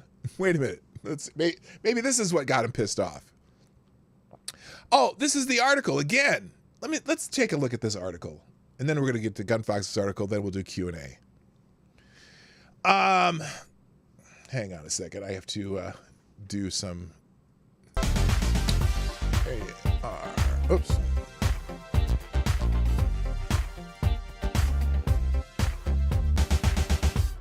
All right. Let's see here. What the fuck's going on here? Oh, well, look at that. we have a new Streamlabs Superstar sponsor of the day. Mr. Joe Ellis, you are the new Streamlabs Superstar sponsor of the day. Dropping a $26 Streamlabs tip, who says number 510 rules. Okay, so that's a fraternity joke for those who don't know, and he thinks that 510, which would be his bond number in the Phi Delta Theta fraternity, would be ruling. And I got to tell you, Joe, I concur. You do rule. You are one of my greatest friends in the world, and we have a group of friends who we text each other quite a bit. Joe more than anybody else, but it's talk about ruling the text thread. It's good. So thank you, my brother. I appreciate it. All right. So here's this article from. Let's see why they're pissed off about this article. And I can already tell you just from the headline, this may is why people pissed off, because most people who are blinded by the Joe Biden is the greatest thing ever. And now that they've decided, look, as I said, when he stepped down, he made a deal with them. Because when that little thing about Nancy Pelosi saying, we can do this the easy way or the hard way, I figured out which was which. They were either going to 25th Amendment him and make his legacy being, a president removed for his sundowning issues, or he would voluntarily step down from the president's race. They would let him finish out his term and all make it about him being this glorious, self-sacrificing, you put your country ahead of your own ambitions bullshit. Okay? No, he put a party above, or country above party. Oh, no, it wasn't country above party. It was party above all else. We need to stay in power, and we know you're not going to be able to do this for us. And so they basically pushed him out. Well, this headline where it says, with hostage swap, Biden scores a win as his term nears end. I think in this article, he describes Joe Biden as a lame duck president. That's my guess. Even in the world of presidential multitasking, July 21st turns out to have been an extraordinary whipsaw Sunday for President Biden. At 12:09 p.m., he picked up the phone at his vacation house in Rehoboth Beach, Delaware, to talk with the Prime Minister of Slovenia as part of a high-stakes diplomatic gamble to seal a complicated multinational prisoner swap. Just 97 minutes later, he posted a world-stunning letter online abandoning his bid for re-election after a bruising pressure campaign by his own Democratic allies, climaxing the biggest crisis of his political career and signaling the end of his presidency after a half-century of public life, which is ironic because he wants to call for Supreme Court term limits, which I don't think he's going to get that amendment passed to the Constitution. Anyway, by any measure, it was one of the darkest moments of his time in elective office, as an inescapable reality of time, age, and polls finally caught up with him. And yet, it would lead to one of the most joyous days of his presidency, barely a week and a half later, as he orchestrated the release of imprisoned Americans from the dungeons of Russia. Now isn't that weird? Does it seem like that was only a week and a half ago? It seems like he resigned months ago, as much shit as we've been hearing about Kamala Harris. Hello, Cannon Hotep. For Mr. Biden and his team, the successful negotiation to free 16 people held by Russia on Thursday, including 3 American citizens and a U.S. permanent resident, offered sweet validation, even as the clock of is now ticking towards his final curtain call in office, when the president appeared with relatives of the liberated prisoners in the state dining room of the White House. It was clearly personal to him, and he framed it as a mission on behalf of a larger American family. Okay, so anyway, somewhere in this article, he kind of refers to the lame duckedness of Biden's presidency, and people are very pissed about it. It's so funny. And it's just like with Kyle Rittenhouse, how the right just is ripping him to shreds for mentioning that he might vote for, he's going to write in Ron Paul. this whole little, it's like, fuck you, cancel you, you suck, because I don't write exactly everything that I want you to write or say. Again, listen to this. Peter Baker is talking shit about Biden being a lame duck president, showing that he can influence events by bringing these few folks home. This was one of the most complex foreign and international relations accomplishments in history. No. You know what would be more complex? If he'd have got it without having to trade 3 Russian spies. That would have been, that would have been more of an accomplishment. And, you saw that with Trump. Trump didn't seem to make a lot of concessions when he'd get some of these people brought back. Now, granted, it's Kodak Black and who's the other one he got? He got a couple of the rappers back. He made this, like, the trade he made for Brittany Griner. He traded an international arms dealer ahead of these 3 people for an American basketball player. Why would you have to trade anything for Brittany Griner? You probably could have talked them into letting her come back without trading an international arms dealer. But no. He has to make trades. So when Trump makes fun of him for making bad deals, that was a bad deal, especially for what he got for it. So anyway, I'll leave that article in the links today. The last thing I was going to mention, trending topics. Now, again, I don't want to necessarily denigrate the accomplishment of Joe Biden getting these hostages back, even though I question what he had to give up for it, right? However, here's something that is funny, because even Joe is trending on X, the app formerly known as Twitter, and partially because a lot of people are going to try to they're going to say Joe Biden and Kamala Harris got these hostages back. And in fact, they made sure that Kamala Harris was there for the return of these hostages, which is not unusual. Vice president and the president should maybe be there, right? But it did give us Kamala Harris's first unscripted moment since she became the de facto nominee for the Democratic Party for the president, right?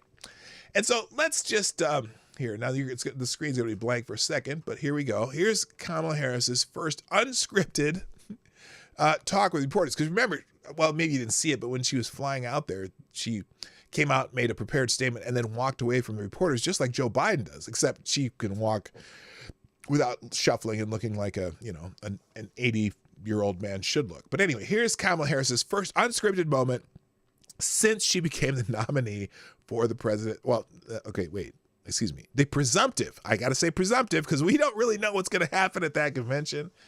But boy, her rollout was really prepared. It's amazing, her rollout too. Anyway, here we go. You can tell that I haven't been on the show for a while because I'm rambling. There's so many things that are in my head that have happened since I haven't done this show. Here we go.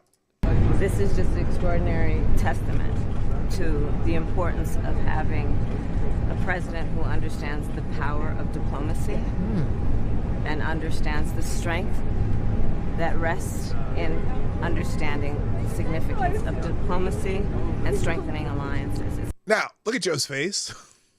Look at Joe's face. I can't tell if that's his just always Walter face, which it kind of is, or is he thinking, what the fuck did she just say? Listen to this. I'm going to have you listen to this sentence again, by the way, because you listen to this. This is an incredible day. This is just an extraordinary testament to the importance of having a president who understands the power of diplomacy. So a president who understands the power of diplomacy and understands the strength that rests in understanding the power of diplomacy. Significance of diplomacy significance. And strengthening alliances. This is an incredible day. It's incredible, all right. That is an incredible statement. My gosh. She's so good at this. But again, it's kind of like, you know how they wouldn't let Joe Biden speak like to reporters without being very, very, very, very scripted. I wonder if they're going to give her a list of who she can ask questions. And I'll bet you too, I bet she won't be able to resist taking live questions that are not scripted, like with Joe. I mean, they really had him on a leash. The White House staff would be like, okay, we're done. I don't know if they're going to be able to do that with Kamala Harris. I really don't. All right, we're going to go to Q&A, but before I'll tell you what articles I have open because I just haven't gotten to it. Now, the other thing that happened this week that really got people pissed off is this this plea deal with the people who supposedly were the 9/11 instigators, the masterminds behind the 9/11 thing. And so the families of the of 9/11 victims are really upset with Biden and the Department of Defense right now. Rear Admiral Adam, I'll go through this. Oh, I got to do Gunfox's article. I can't miss that. I will do that. I have a little extra time today, so it's okay.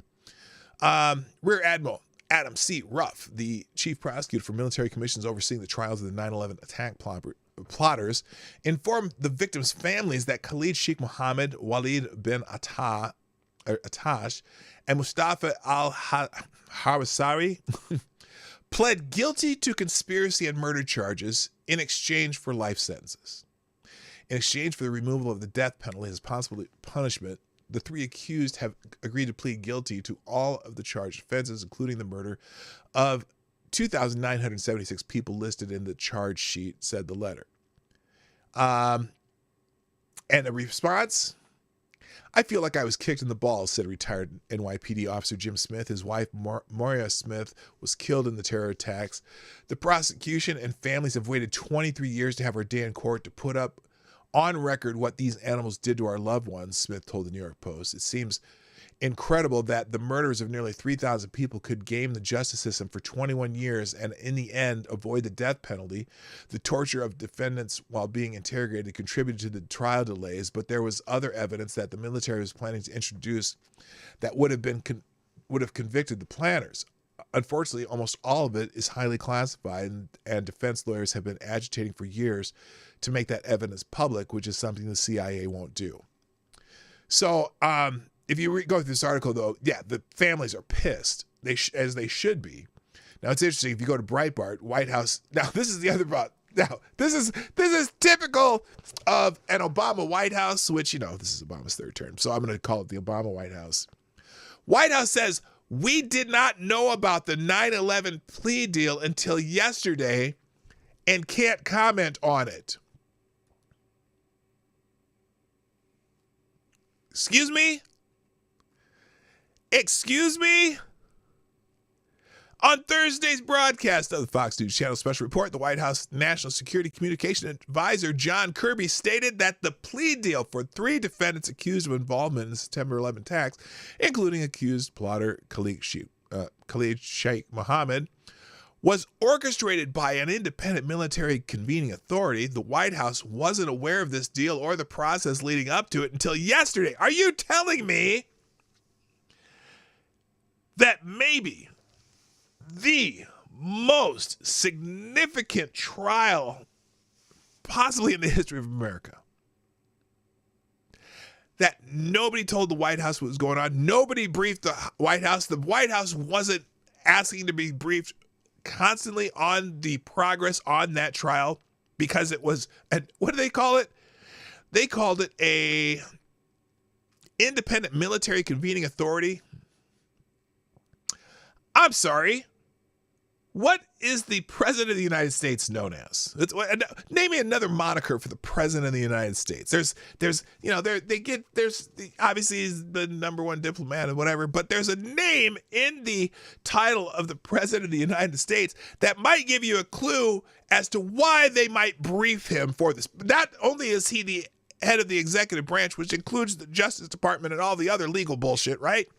He's something else. It's and what do they say? Independent military convening authority. Independent military leading. Isn't Joe Biden the commander in chief?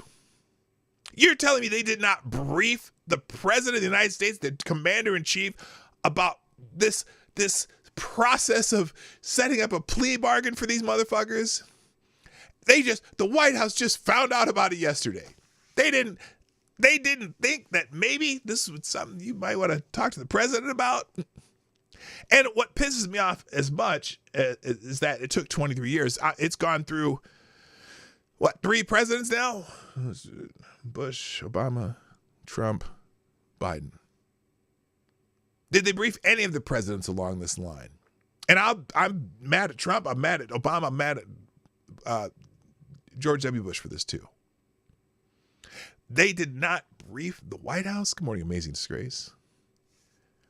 Give me a fucking break. That's bullshit. But that's a typical Obama White House response, right? Oh, we didn't hear about it until we saw it in the papers. And I don't think we had no idea. And I read about it in the New York Times just like you did. Yeah, bullshit. That's a crock of bullshit. Also in Breitbart, John Tester apparently praised Pearl Jam poster depicting Trump dead and an eagle eating his corpse. That's not going to go over well in Montana. Senator John Tester in 2018 praised an apocalyptic Pearl Jam concert poster that depicted the former president dead, according to a 2020 book grounded a rural Democrats' fight to unite America. Yeah, so he's not doing well in Montana. He may be gone after this election. In legal insurrection, Trump points out the difference in treatment between the January 6th protesters and mobs destroying property at the Palestinian protest. And this flies with people who understand that a large number of those January 6th protesters are political prisoners, as much as, not all of them, the ones who fought with police, they probably should have been charged with whatever, charge they got. But boy, oh boy, a lot of those people just kind of walking around, led by the police, they're all being, prosecuted to the extent of the law. Although now that felony charge is probably going to be dropped for most of them. The National Association of National? Anyway, they tried to use January 6th against former President Donald Trump, but he gave them a perfect answer, pointing out the hypocrisy shown by authority pushing those protesters and those who destroy cities. We haven't seen these pro-Hamas mobs in the Capitol punished for any insurrection. How about those pro-Hamas mobs that have destroyed schools? It's not fair. It doesn't mean that Trump stuck up totally for the January 6th prisoners, but if you're full force on one group, then you better do the same for others. Trump, quote, let me bring back to modern day, like about 5 days ago, we had a horrible attack on the Capitol, people spraying these incredible monuments with red paint that will never actually come off, especially on the limestone. They viciously attacked our government. They fought with police much more openly than January 6th. What's going to happen to those people? What's going to happen to the people in Portland that destroyed that city? How come nothing happened to the people that tried to burn down Minneapolis? Nothing happens to those people, but you went after the J6 people with a vengeance. Well, there you go. That is true. I'm not going to play it. And then we already did this one. Let's finish Gun Fox's other article, then we'll go to Q&A. This is, and what did Gun Fox describe this as? Breaking war report. So, Russian state firm hoists Soviet flag? Not the Russian flag, but the Soviet flag over NATO territory in Norway's Svalbard. Repaint slogan, peace to the world. In a provocative mood, the Russian state-owned mining company Trust Arctic-Kugel recently hoisted the Soviet flag in Svalbard, a Norwegian archipelago. I can't say that word. In the Arctic Ocean, despite being part of Norway's sovereign territory under international law, Svalbard, at the top of the Norwegian mountains, is witnessing this symbolic gesture from Russia. Was it from Russia or is it the company? Well, it's a state-owned company. On June 21st, Ildar Neverov, the general director of Trust Arctic-Kugel, ascended Pyramid's summit and raised the Soviet Union flag. Again, the Soviet Union flag, not the Russian flag. The Soviet Union flag, like, hammer and sickle. In recent weeks, the Arctic-Kugel has proudly raised Soviet flags, one in Barentsburg and two in Pyramiden. The flags, each measuring 3 by 5 meters, are larger than any Norwegian flags in the archipelago, where Norway has full and absolute sovereignty. Additionally, the Soviet slogan, Peace to the World has been repainted in wooden letters above the Pyramiden and Baritzburg. The letters are painted in white in Pyramiden and red in Baritzburg, with the restoration occurring in 2023. The tradition has been revived and will live, said the CEO of the Russian mining company, which is allowed to operate in Svalbard according to the declaration from 1920. Art Kugel wrote in, oh my God, these Gunfox, you in this article killing me with these names. Wrote in Vankantika, a Russian online social media platform, that within 4 hours, the trust employees accompanied by tourist guests from France climbed the mountain and fixed the flag measuring 5 by 3 meters. Why are they putting the Soviet flag up there? Holy shit. The post includes 2 photos, one of which is an old painting showing the same Soviet flag atop the mountain closer to Pyramiden, the coal mining ghost town named after the mountain above. Another Soviet flag is visible. So Russia's renewed interest in Svalbard. Svalbard, the Norway's special economic zone, has just about 2,600 residents. For decades, Norwegians and Russians have coexisted on this archipelago. I hate that word. Which is located roughly 1,000 meters from the North Pole. Only 1,000 meters, really? Pyramid and Baritzburg are 2 settlements on Svalbard that highlight the region's historical ties to Russia. All right, so still, that's a provocative fucking move to put a Soviet flag anywhere. That's not good. That's not good. All right, ladies and gentlemen, it is time. It is time for... Ladies and gentlemen, it's time for the Friday Q&A on the Morning Night Live. Yes, we do this once a week. Ask me anything. Allow me to set up the Q&A box so I can read. Oh, good God. This, again, Google makes me verify that I'm me on my computer. That is the only computer I use for this show, and it keeps doing it. It pisses me off. Give me a moment. Password. Okay. And give me a moment while I have to verify that I am fucking me. Well, that's a weird way to phrase it. But anyway, yes, it's me. Press the right number. There we go. You assholes. All right, now let me refresh this. Drop the Q&A up into the other side over here so I can read it. Un momento, por favor. Archipelago. I know it's archipelago, but it just messes me up every time. I hate that word. Thank you, Joe, for giving me the phonetic spelling. Oh, you didn't put the emphasis in the right place, but that's okay, because, you know, I can read your mind. All right, here we go. Friday Q&A. This is always interesting. And let's see. Yes, we do have plenty of fill. We can drop the... Why is that not there? Oh, I see. All right, let's go back to Q&A. And, uh-oh, I better have to move this. Come on, that needs to close. And we'll close this. We'll unpin that for now so I can read it. Okay, here we go. Friday Q&A. Ah, boy.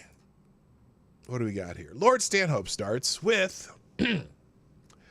Oh, no, I almost skipped. There's plenty of filler. Oh, I see what you did. Okay. Lord Stanhope, tink, tink, tink. That's just filler. JB with the first question of the day. How much wood could a woodchuck chuck if a woodchuck could chuck wood? It's an age-old question, JB. And honestly, I would say 2 teraplats. That's the only reason I know that is because teraplat is a word I just made up for how much wood a woodchuck could chuck if a woodchuck could chuck wood. So there you go, 2 teraplats. Avocados Diablo asks, using only your hand gestures and no sounds, please reenact Kamala's rise to power.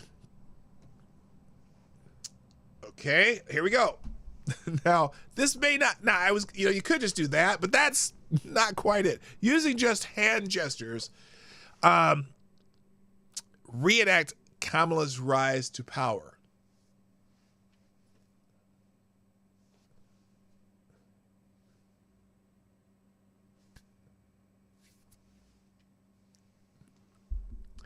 Now, those of you who know what I usually describe it would understand that. Here, let me just, Avocados Diablo, in the regular chat, am I allowed to translate what I just did there? In fact, let me do this instead. In the regular chat,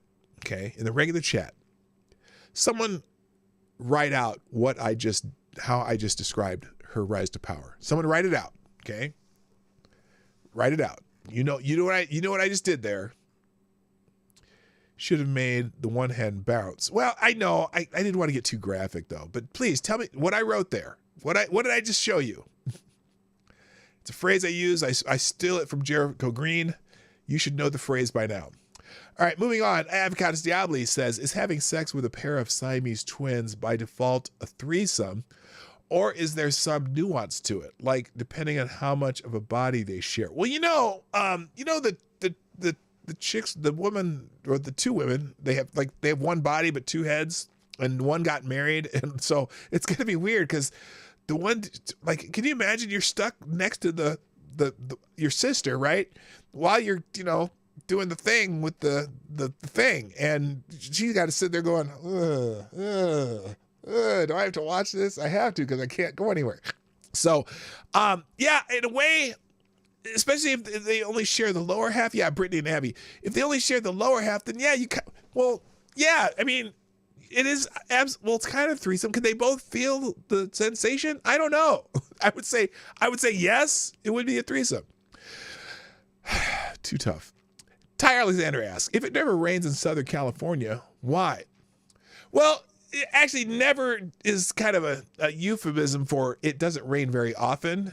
But when it does, there's always flash flooding. So it's because I don't know, because the California is has too much sympathy for the devil. How about that? Or they play the song too often. All right, Lord Stanhope, what's wrong with beaches? Beaches are awesome. I love me some beaches. Wait, did you say beaches? Oh, yeah. Anyway, no, I've never said anything's wrong with beaches. I just didn't go to a beach on this vacation. We went to Denver. We went and saw Santana at Red Rocks. And then we come home, and now we're going to go to a friend's cabin for Lady Boomer's birthday. So there you go. That's all it is. Wait. Oh, one of the other Siamese twins just filed sexual assault charges. Interesting. God, I wonder how that court case would go. Oh, by the way, my hand gestures, all that meant was she got horizontal to make her career go vertical. That's how no one said anything in the chat, so there you go.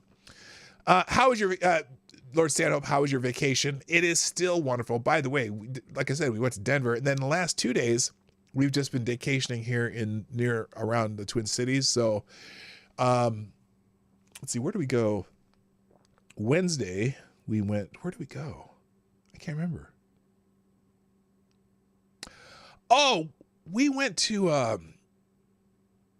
no, that was last week. We went to the festival, the train festival, or not train festival. We went to the Kolachki festival down in southern Minnesota.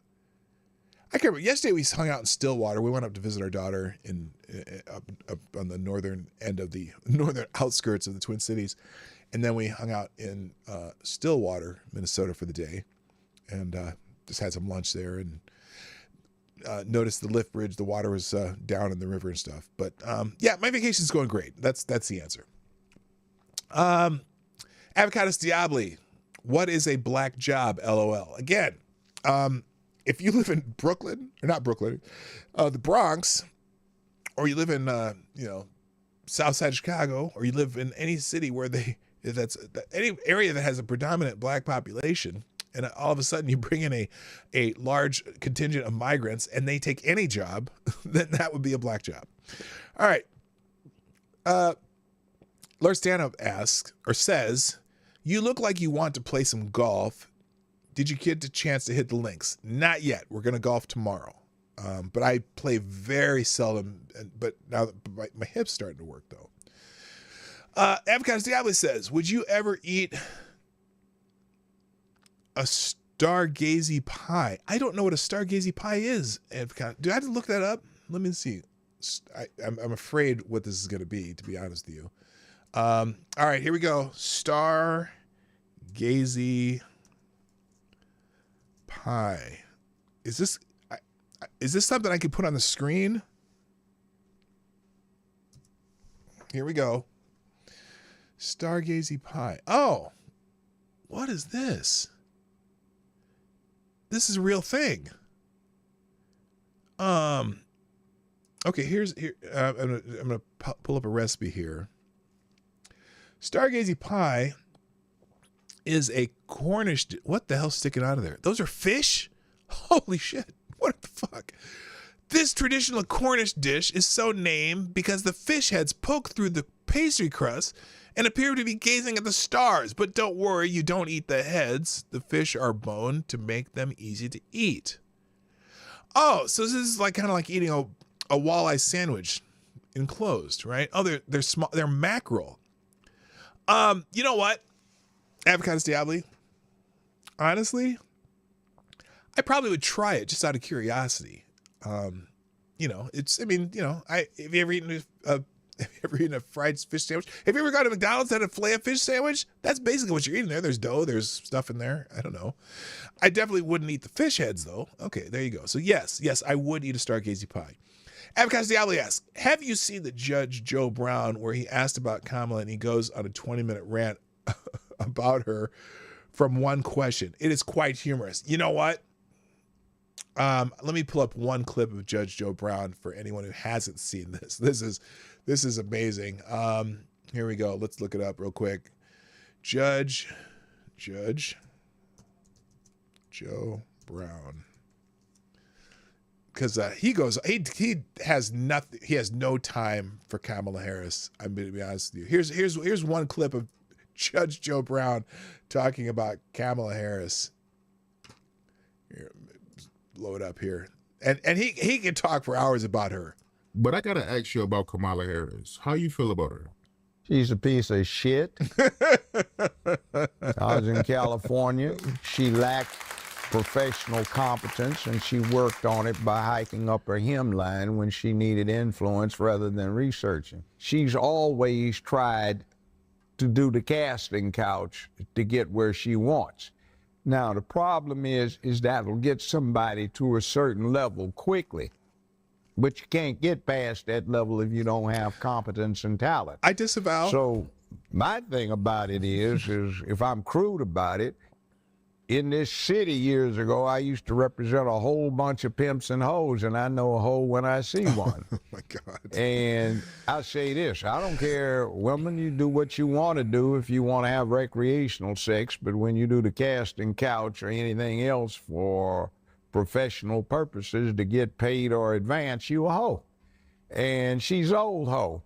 And the problem is what is she supposed to do?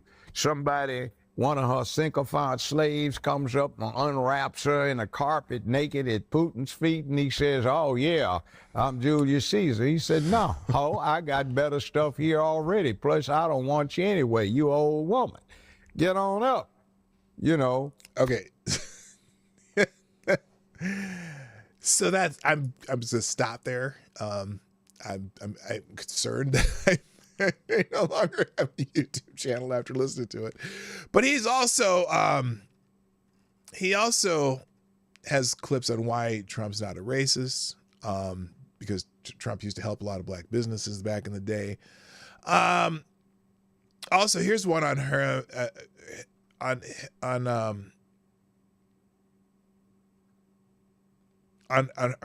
her family history too. Let me see, we'll do this one too. Here we go. If my mouse would work, there we go.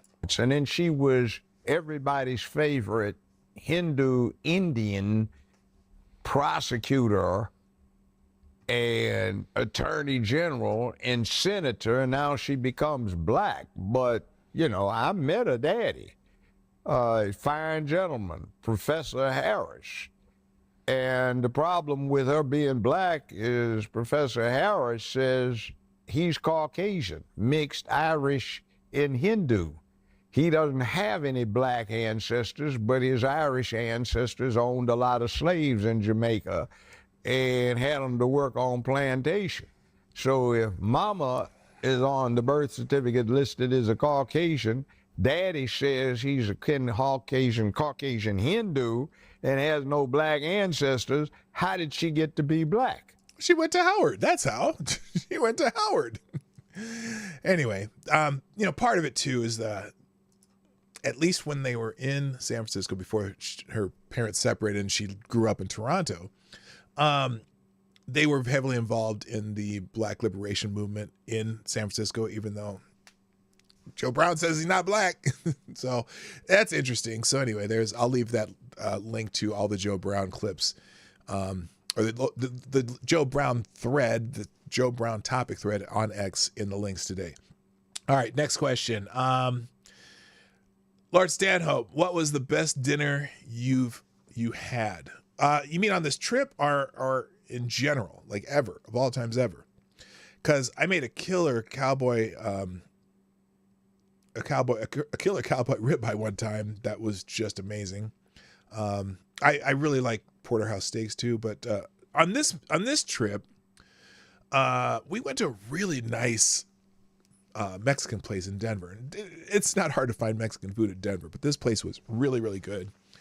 I'm trying to remember what I ate though. I'll have to think about that. Avocats Diabli, can you think of 4 or 5 insane questions, then ask them to yourself? Probably not. Not today. I'm running out of time. Lawrence Stanhope, what is a better meal, lunch or dinner? Well, for me, lunch is a better meal. That's usually my biggest meal of the day. Dinner's a meal I can skip because I'm, a little too fat anyway. Lord Stanhope, can you have a cute bug? Well, yeah, I think ladybugs are cute, but they're annoying as fuck. And those Asian beetles that look like ladybugs, they're cute, but they're annoying as fuck. Avocados Diabli, if self-repeating Franken ants overnight attached your head to Kamala's body, would you consider yourself black? Well, I already do consider myself black, even though I wasn't. My adoptive parents were ADOS. So whatever. Lord Stanhope, in your opinion, what's the worst vegetable? The worst vegetable. The worst vegetable. That's a tough one. Because, look, the worst vegetable. Oh, maybe okra. It's gross vegetable, although there's ways to make it taste good. It's kind of like Brussels sprouts too. If you cook Brussels sprouts the wrong way, they're nasty as hell. But if you cook them the right way, they're really good. So for example, roasted Brussels sprouts, a little bacon and maple glaze. Oh yeah, right? But steamed Brussels sprouts, so they're just soggy and mushy. Those are nasty as hell. So it's hard to say, but maybe okra is the most disgusting vegetable. Avocados Diabli, do you think people will ever realize the argument over Kamala's race is a distraction from her being a shit candidate? I certainly fucking hope so.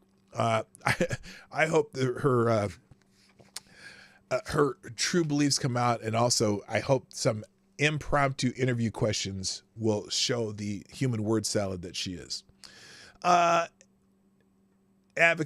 Stanhope asks, what would make a better weapon, a baseball bat or a golf club? A smaller baseball bat for like useful baseball, definitely. Golf clubs they're awkward. they're not the greatest weapons. Baseball bats are much more versatile and quicker to use. Avocados Diabli, have you seen CNN is shutting down their opinion section? Does that mean they won't be writing articles at all anymore? I did not see that. Is that on their website? CNN has layoffs. A lot of layoffs coming up. So yeah, that could be. But yeah, it's as if their news is an opinion. As if Jake Tapper having a panel is an opinion. I'm not buying it. Oh, Lord Stanhope says today is Big Mac Day too. Is it? Is it really Big Mac Day? Let's look that up. Big Mac Day. Big Mac Day.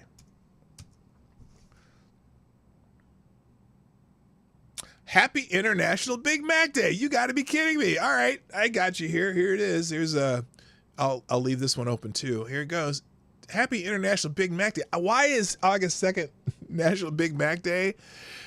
August 2nd named Big Mac Day in Pittsburgh.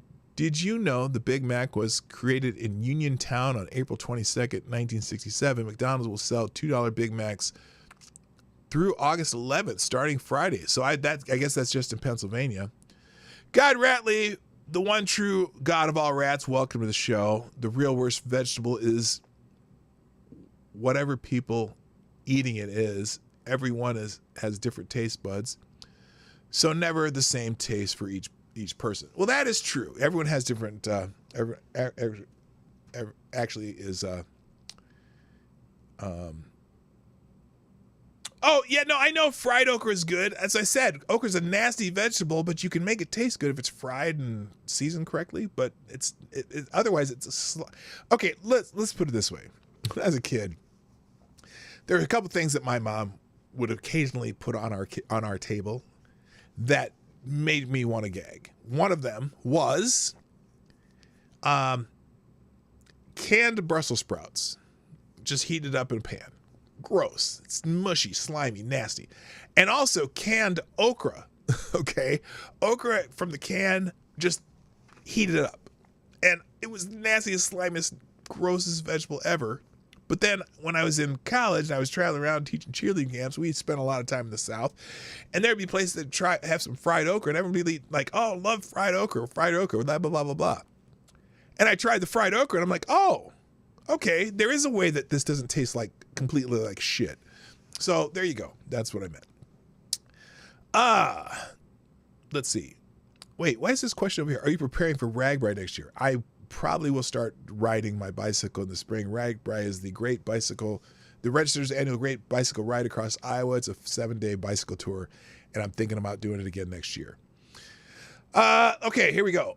Lord Standup says, does Cammie have any tread left on her tires, or would it be like tossing a hot dog in a closet? Oh, I was like, what the fuck are you talking about?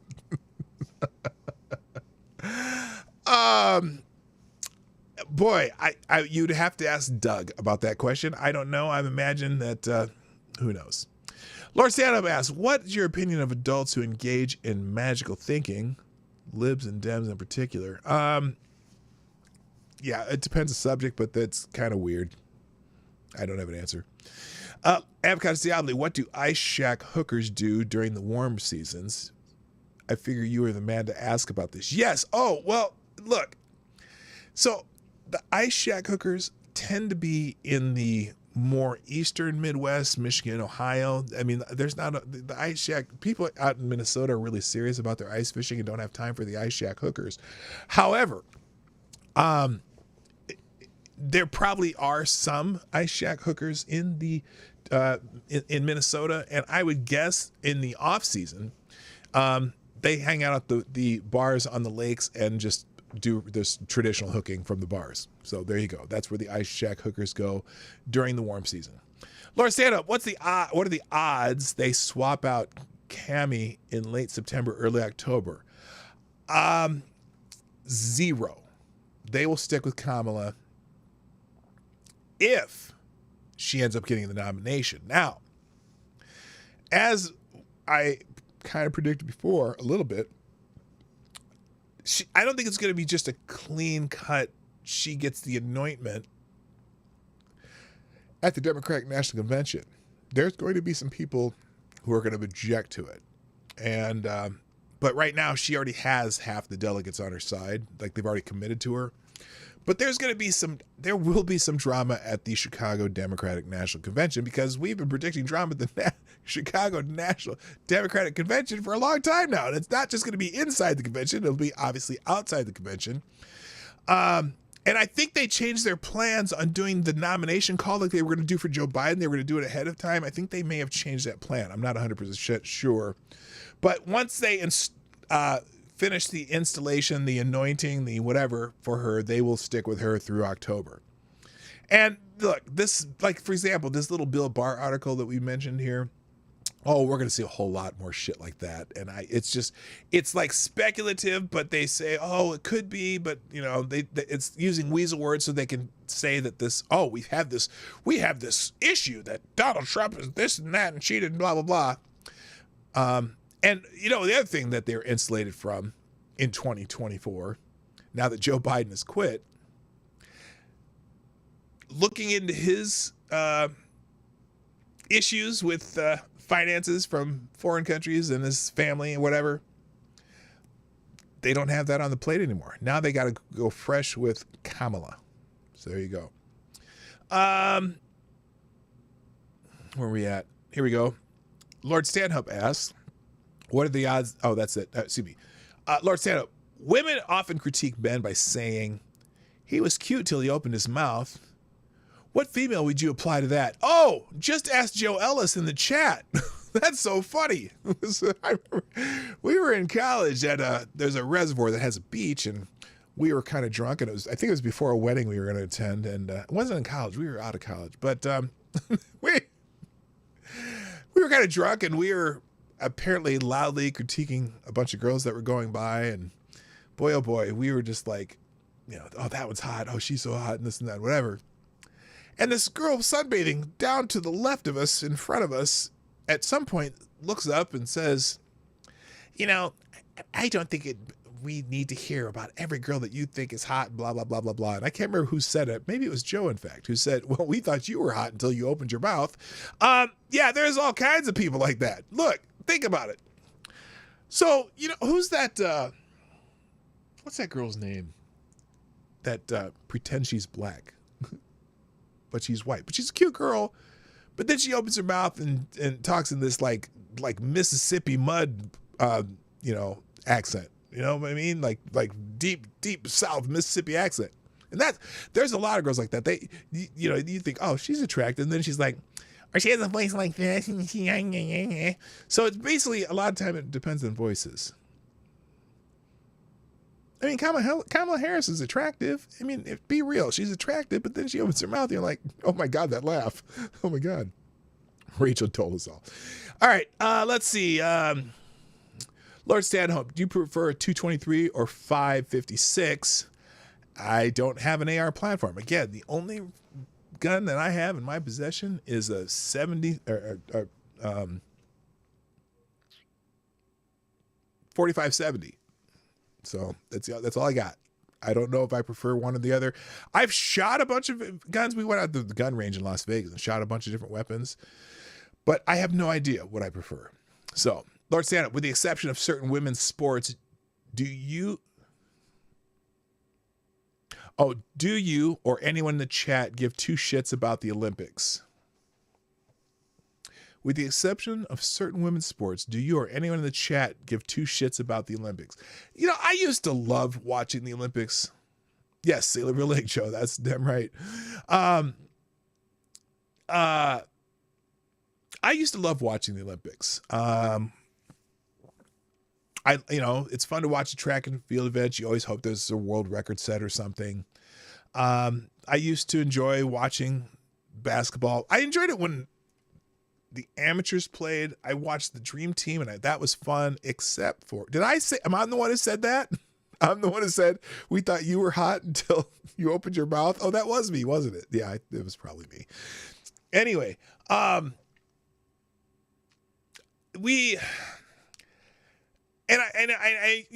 enjoy watching the gymnastics, but I just have no compelling interest in watching it anymore. And I think maybe not because of the opening ceremonies or whatever. It's just, it's to me now, watching sports is kind of a time waster.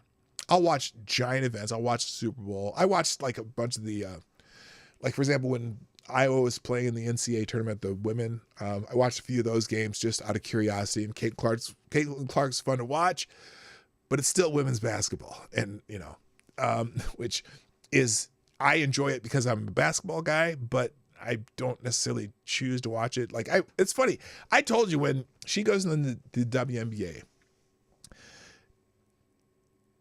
they're going to get that bump, the Clark and Angel Reese foil bump, and all they keep talking about it because everyone's bitching about how Clark's getting treated, which I agree. She's not being treated the greatest, but whatever. But a lot of it's just normal stuff that would happen. If you watched the WB at all in the past, you know that, this kind of like this already. They're kind of rough and tumble, whatever. But clearly the jealousy of Clark is a big issue and whatever. And it'll have a ratings bump. And maybe when there's another girl that plays at UConn, Paige, I can't remember her name. There's this JoJo girl at USC that's phenomenal. They'll get their ratings bump, but then people will start watching it, and they'll watch a few games because it's cool to see these women excel. And then they're going to be like, this is not very entertaining basketball. I mean, there's a few highlights here and there, but it's just not very entertaining for people who are not basketball people, for people who, really spend a lot of time. I mean, I've coached basketball for years, and so it's interesting to me, but it's not the greatest basketball. If I want to, I can go down the street and watch a 15U AAU game at any given point in the summer and have more entertaining basketball. So that's the problem. And that's why it's hard to say that it'll ever grow as much as they believe it's going to grow. They're going to spend a shit ton of money on it, though. They're going to lose $50 million this year because of the, adding the charter flights. I mean, they're spending like 20-some million. They were already losing money. They're going to lose $50 million this year because they're subsidized by the NBA. And yet they're going to keep spending more and more money on it. They're going to get bigger TV rights, which they've been trying to do forever. I don't know that the viewership is ever going to grow to what they want it to be, grow as big as the men's. Never going to happen. So is what it is. All right. Where are we at? That was an Olympics, right? With the exception of, Lord Stanhope, if a woman is fighting an intact trans woman, since it's a woman, do low blows actually apply? Well, they don't allow low blows in women's boxing too. So yes, it still applies. Lord Stanhope, if Kamala led an army to war, what category of disaster would she be causing? Don't even. Look, she would probably confuse the other army to death just with her word salad. But no, that won't happen. Like, the president doesn't lead the army to war. They're the commander in chief and makes final decisions. But they're very dependent on their military personnel to lead anything. Lord Avocadus Diabli said, aren't all testicles internal? Seems to me if they were outside your body, you might have some issues. Well, we're talking about hanging in a sack versus like internal, like inside that thing that looks like a vagina. Lord Stanhope, seriously, who still makes a big deal out of the Olympics? I don't know, man. Some people are enjoying it. I've lost interest in most spectator sports. Avocadus Diabli. Oh wait, I scrolled too fast here. Okay, here we go. Avocadus Diabli. If Kamala had internal testes, would she be black? She would be just as black as she is now. Okay. I hope that answers the question. Avocadus Diabli, is this Egyptian money thing a new scandal to tie him down in the chance he wins? Yes. Oh, of course it is. Of course it is. And we'll see where it goes. Selected Boy asks, what is the best meat to barbecue? Oh, let's ask Joe Ellis, because Joe Ellis has become a master barbecue dude. Me personally, I still say St. Louis style ribs. Joe, what's your answer to that question? I know it'll take a few seconds because there's a lag between what I say and what you hear. But tell me what you think the best meat to barbecue is. I'm going to guess you're going to say brisket. I'm still into just pork spare ribs, cut St. Louis style for me. Lord Stanhope, what's for dinner tonight? I don't know. I haven't even eaten lunch yet.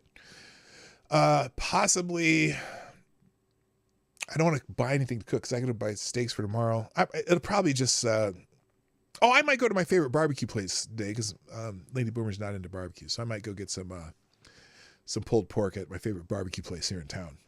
Selected Boy asks, if you were a boxer, would you want to punch as hard as George Foreman or be as quick as Sugar Ray Leonard? I think it'd be a lot more fun to punch as hard as George Foreman. But, it'd be fun.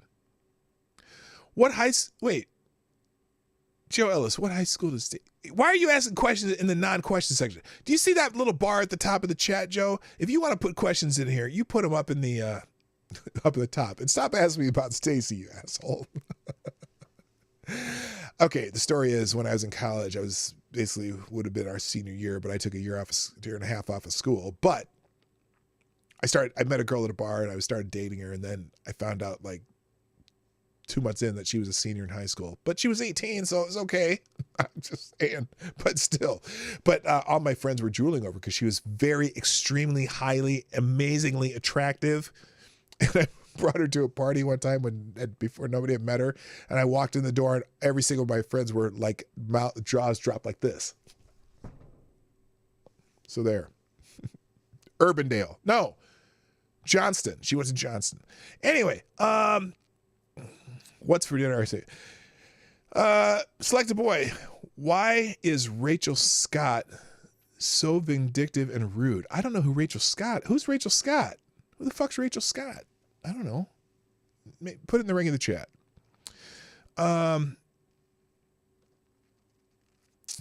Advocatus Diabli, imposing term limits on SCOTUS would be a hell of a mess. They would all have to expire at once. Can you imagine 9 approval hearings happening at once? And what would happen were they stalled? Oh, it would be brutal. It's such a dumb idea. And plus, it would take a constitutional amendment. Brisket. Smoked. And we don't barbecue it. We smoke it. We eat it. We eat barbecue in the South.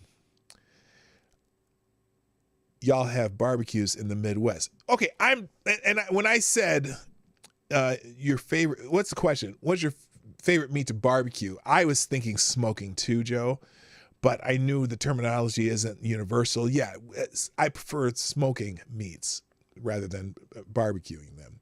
Barbecue is just throwing them on the grill and heating them up like you'd barbecue a steak, I guess. Look, let me rearrange the question. What is your favorite meat to cook with any type of fire?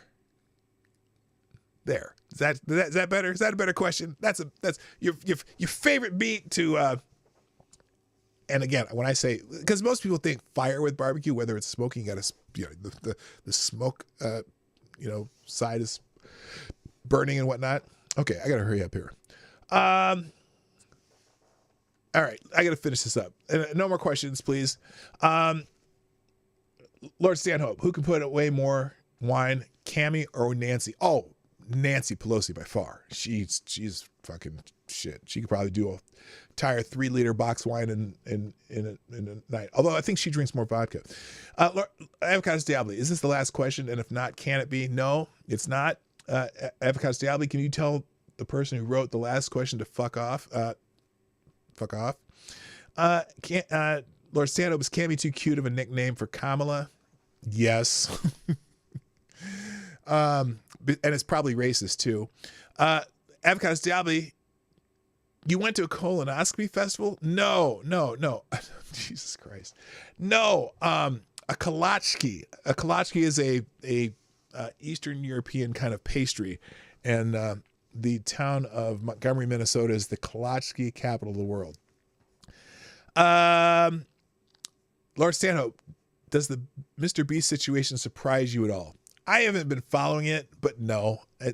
Everyone has their, he tries to, I remember he was one of those shit posting shitlord kind of guys. And so a lot of it is just, you can take anything someone said in the past. Oh, except for the part about the guy that they think did some shit that he shouldn't have been doing.